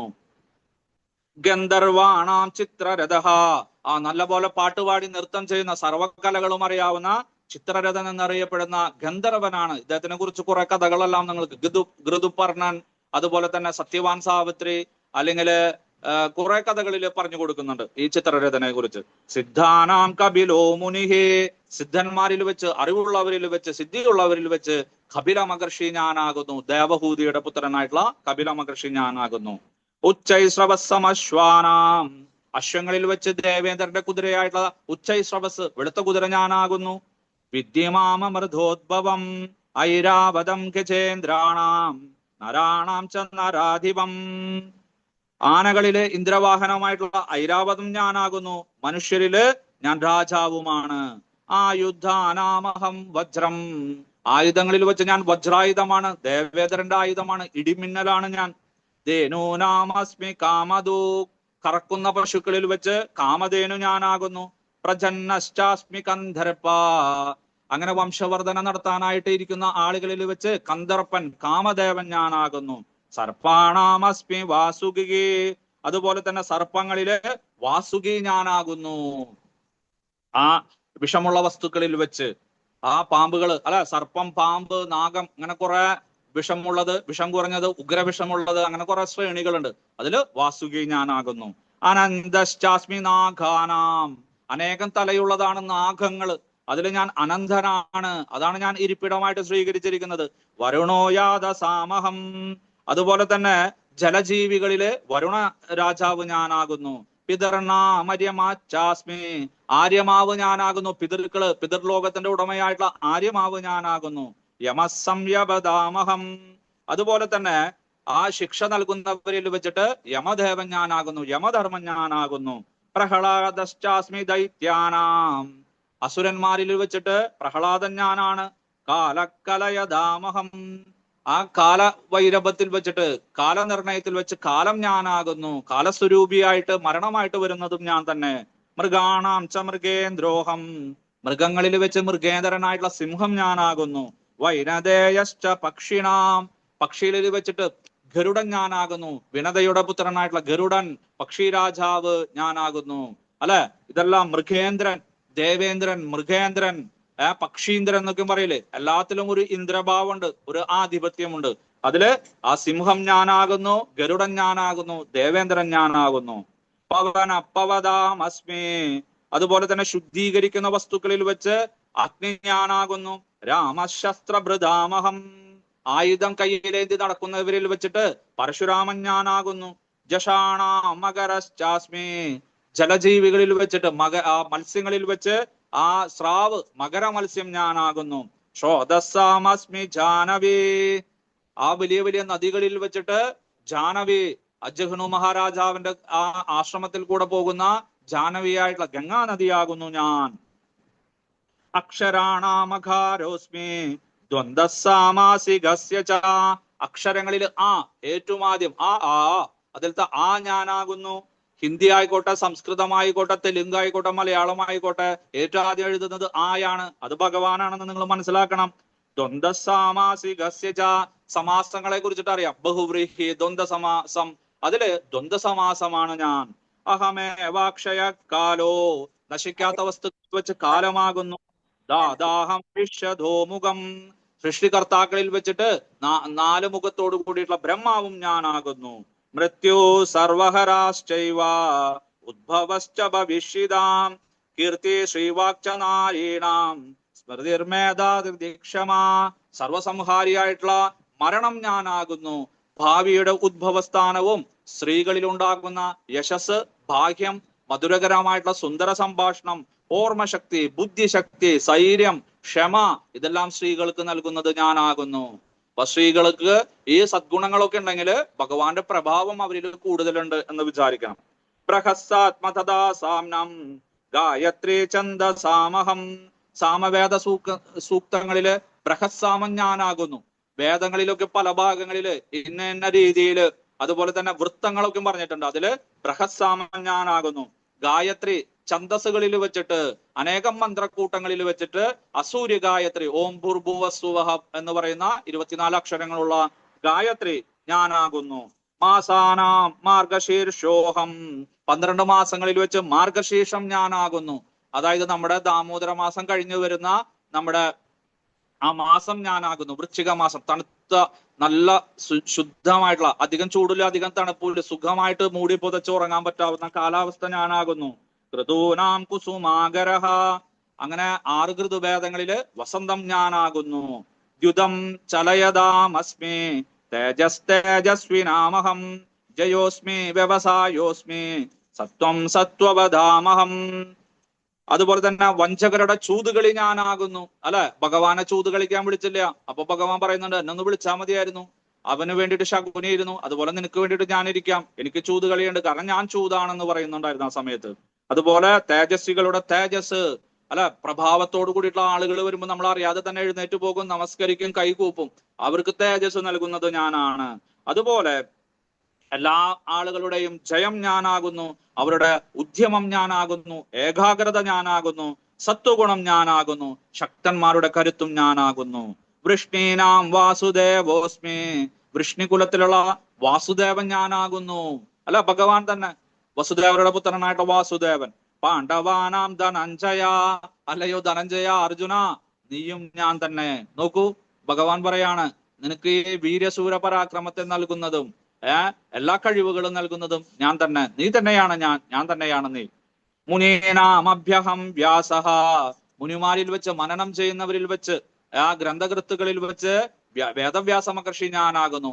അല്ലാതെ വേദവ്യാസ മഹർഷിക്ക് ഇതൊന്നും എഴുതാൻ സാധിക്കില്ല. ഭഗവാന്റെ അനുഗ്രഹം, ഭഗവാന്റെ വിഭൂതി ഉണ്ടെങ്കിൽ മാത്രമേ വേദവ്യാസ മഹർഷിക്ക് ഈ 4 വേദങ്ങളും 4 ഉപവേദങ്ങളും 6 വേദാംഗങ്ങളും മറ്റു യോഗസൂത്രങ്ങളും 18 പുരാണങ്ങളും 2 മഹാപുരാണങ്ങളും പുരാണങ്ങളും അതുപോലെ തന്നെ ഇതിഹാസമെല്ലാം എഴുതാൻ സാധിക്കും. അപ്പൊ അതുകൊണ്ട് അദ്ദേഹവും എന്റെ അവതാരമാണ്, വിഭൂതിയാണ്. കവീനാമുഷനാ കവിഹി. ഉഷനസ്, ആ ഉഷനാ കവിയും ഞാനാകുന്നു. ശുക്രാചാര്യരും ഞാനാണ്. ദണ്ഡോ ധമയതാമസ്മി. ഇനി ആ നിയമങ്ങളെ വാഴിക്കുന്നതില് ദണ്ഡനീതി ഞാനാകുന്നു. പണ്ട് രാജാക്കന്മാരുടെ കാലത്ത്, അല്ലെങ്കിൽ ഇപ്പോഴത്തെ IPC എന്നൊക്കെ വേണമെങ്കിലും പറയാം. നീതിരശ്മി ജിഗീഷിതാം. വിജയം കാക്ഷിക്കുന്നവരുടെ നീതി ഞാനാകുന്നു. മൗനം ചൈവാസ്മി ഗുഹ്യാനാം. ബുദ്ധിമാന്മാരുടെ ആ രഹസ്യമായിട്ടുള്ള മൗനം പാലിക്കല് ഞാനാകുന്നു. ജ്ഞാനം ജ്ഞാനപദാമഹം. ജ്ഞാനികളുടെ ജ്ഞാനവും ഞാനാകുന്നു. യച്ഛാഭി സർവഭൂതാനാം ബീജം തദഹം അർജുന നാ തദസ്തി വിനാ യസ്യാത് മയാ ഭൂതം ചരാചരം. അർജുന, ഇപ്രകാരം സർവചരാചരങ്ങളിലും സർവഭൂതങ്ങളിലും ഞാൻ എൻ്റെ ഉണ്മയായിട്ട്, സത്തായിട്ട്, അവർക്ക് പ്രകാശത്തെ ചൊരിഞ്ഞുകൊണ്ട്, അവർക്ക് ഐശ്വര്യത്തെ ചൊരിഞ്ഞുകൊണ്ട് ഞാൻ നിലനിൽക്കുന്നു. എന്നെ കൂടാതെ ചരാചരങ്ങൾക്ക് നിലനിൽപ്പില്ല, എല്ലാതും എന്നിലാണ്, ഞാൻ അവയിലുമാണ് എന്ന് പറഞ്ഞ് ഇത് ഉപസംഹരിക്കാൻ പോകാണ്. എന്നിട്ട് പറയാ, അർജുന യദ്യത് വിഭൂതിമത് സത്വം ശ്രീമദൂർജിതമേവ വാ തത്തത് ഏവാവഗച്ഛത്തം മമാ തേജോംശ സംഭവം. ഇപ്രകാരം അർജുന, നീ എവിടേക്ക് വേണമെങ്കിൽ നോക്കിയാലും എല്ലാത്തിലും എൻ്റെ ഉണ്മയും വിഭൂതിയും കാണാനായിട്ട് സാധിക്കും. പറഞ്ഞാൽ അവസാനമില്ല. എല്ലാത്തിനും ആ തേജസ് നൽകുന്നത് എൻ്റെ തേജസിന്റെ ഒരംശം മാത്രമാണ്.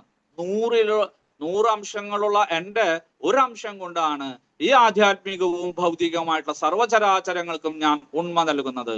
അപ്പോ ബാക്കി 99നെ കുറിച്ചിട്ട് എന്ത് പറയാനാണ്? ആലോചിച്ച് നോക്കൂ. ആധ്യാത്മിക ലോകത്തിന്റെ 1% മാത്രമാണ് നാം കാണുന്ന ഈ നക്ഷത്രങ്ങൾ, ഗാലക്സി, അല്ലെങ്കിൽ യൂണിവേഴ്സ്, പ്രപഞ്ചം എന്നെല്ലാം പറയുന്ന നമ്മുടെ നഗ്നനേത്രങ്ങൾ കൊണ്ടോ അല്ലെങ്കിൽ അതിന്റെ അപ്പുറത്ത് 100 പ്രകാശവർഷങ്ങളോ ഉള്ള ആ ഒരു ഭൗതിക ലോകം, അതുപോലും കണ്ടെടുത്താനായിട്ട് സാധിക്കുന്നില്ല. അതിന്റെ അപ്പുറത്താണ് ഇതിന്റെ 1000 ഇരട്ടി വലിപ്പമുള്ള ആധ്യാത്മിക ലോകം. അപ്പൊ ഭൗതിക ലോകം തന്നെ ഇങ്ങനെയാണെങ്കിൽ ആധ്യാത്മിക ലോകത്തെ കുറിച്ച് എന്തു പറയാനാണ്? ഈ ഭൗതിക ലോകത്തിന്റെയും ആധ്യാത്മിക ലോകത്തിന്റെയും ഉറവിടമായിട്ടുള്ള പരമദിവ്യോത്തമ പുരുഷനായ സച്ചിദാനന്ദ സ്വരൂപനായിട്ടുള്ള ഭഗവാനെ കുറിച്ച് എന്തു പറയാനാണ്? അർജുന, ഈ പറഞ്ഞതെല്ലാം എൻ്റെ ഒരംശം കൊണ്ടാണ് ഞാൻ സൃഷ്ടിച്ചിരിക്കുന്നത് എന്ന് മനസ്സിലാക്കണം. അല്ല, വേറൊരു കാര്യം, ഇതൊക്കെ അറിഞ്ഞിട്ട് നീ എന്ത് പ്രയോജനം അർജുന? ഇതൊക്കെ പറഞ്ഞിട്ട്, ഇതൊക്കെ തലമണ്ടയിൽ കയറ്റി വെച്ചിട്ട് എന്ത് പ്രയോജനമാണ് നിനക്ക് വരുന്നത്? ഭഗവത് ഭക്തിയുത സേവനം ചെയ്യൂ, നിന്റെ ആ ശ്രേയസിനെ അനുഭവിക്കാനായിട്ട് നിന്റെ ആ നിത്യനൈമിത്തിക കർമ്മങ്ങളെ നല്ലപോലെ അനുഷ്ഠിക്കൂ എന്ന് പറഞ്ഞ് ഭഗവാൻ ഇവിടെ ഉപസംഹരിക്കുകയാണ്. അഥവാ ബഹുനൈദേന കിജ്ഞാദേന തവാർജുന വിഷ്ടഭ്യാഹമിദം കൃഷ്ണം ഏകാംശേന സ്ഥിതോ ജഗത്. അർജുന, ഇനി ഇതെല്ലാം വിശദമായിട്ട് അറിഞ്ഞിട്ട് എന്ത് ചെയ്യാനാണ്? എന്ത് പ്രയോജനമാണ് നിനക്കുള്ളത്? അത് നാളെ തന്നെ നീ മറന്നു പോകും. അതുകൊണ്ട് എൻ്റെ ഈ ചെറിയൊരു അംശം കൊണ്ടാണ് ഈ മഹാപ്രപഞ്ചത്തെ മുഴുവൻ നിലനിർത്തുന്നത് എന്ന് മനസ്സിലാക്കിയിട്ട്, ഞാൻ സർവലോക മഹേശ്വരനാണ്, സച്ചിദാനന്ദ സ്വരൂപനാണ്, സൃഷ്ടിസ്ഥിതി സംഹാരമൂർത്തിയാണെന്ന് മനസ്സിലാക്കിയിട്ട് എന്നെ ശരണം പ്രാപിക്കൂ. നീ ഭഗവത് ഭക്തിയുത സേവനം ചെയ്യൂ, സർവചരാചരങ്ങളിലും എന്നെ കാണൂ. നീ പണ്ഡിതനെ പോലെ, അല്ലെ, സമദർശിയെ പോലെ, വിദ്യാ വിനയ സമ്പന്നെ ബ്രാഹ്മണെ ഗവിഹസ്തിനെ ശുനിച്ചൈവ ശോഭാഗേച്ച പണ്ഡിത സമദർശിനഹ എന്ന് നമ്മൾ പഠിച്ചു. വിദ്യയും വിനയവുമുള്ള ആ മഹാപണ്ഡിതനായിട്ടുള്ള ബ്രാഹ്മണന്റെ ഹൃദയത്തിലും, ആ പട്ടിയുടെ ഹൃദയത്തിലും, ആനയുടെ ഹൃദയത്തിലും, പശുവിന്റെ ഹൃദയത്തിലും, ചണ്ടാളന്റെ ഹൃദയത്തിലും എല്ലാം പരമാത്മസ്വരൂപിയായിട്ട് ഭഗവാനാണെന്ന് ഇരിക്കുന്നതെന്ന് മനസ്സിലാക്കിയിട്ട് ജീവിതത്തെ ആ നല്ല ശുദ്ധയുക്തമായിട്ട് ഭഗവത് ഭക്തിയുത സേവനമായിട്ട് എല്ലാവരെയും സ്നേഹിച്ചുകൊണ്ട് ബഹുമാനിച്ചുകൊണ്ട് ജീവിതം നയിക്കൂ എന്ന് പറഞ്ഞ് ഇവിടെ അർജുന, കൂടുതലൊന്നും അറിയേണ്ട യാതൊരു ആവശ്യവുമില്ല. ഈ പറഞ്ഞത് തന്നെ ധാരാളമാണ്. ഇനിയും കുറെ പറയാനുണ്ട്. പക്ഷെ പറയാൻ നിൽക്കുകയാണെങ്കിൽ ദിവസങ്ങളും മാസങ്ങളും വേണ്ടി വരും. അറിഞ്ഞിട്ടും വലിയ പ്രയോജനമൊന്നുമില്ല.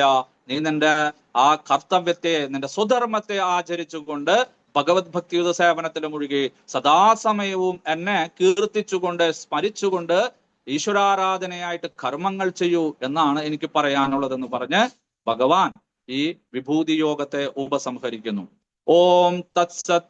ഇത് ശ്രീ മഹാഭാരതേ ശതസാഹിസ്രം സംഹിതായാം വൈയാംസിക്യാം ഭീഷ്മപർവണേ ശ്രീമദ് ഭഗവദ്ഗീതാസു ഉപനിഷത്സു ബ്രഹ്മവിദ്യായാം യോഗശാസ്ത്രേ ശ്രീകൃഷ്ണാർജുന സംവാദേ വിഭൂതി യോഗോ നാമ 10മോധ്യായഃ. ഓം ശാന്തി ശാന്തി ശാന്തി. ഹരേ കൃഷ്ണ. എല്ലാവർക്കും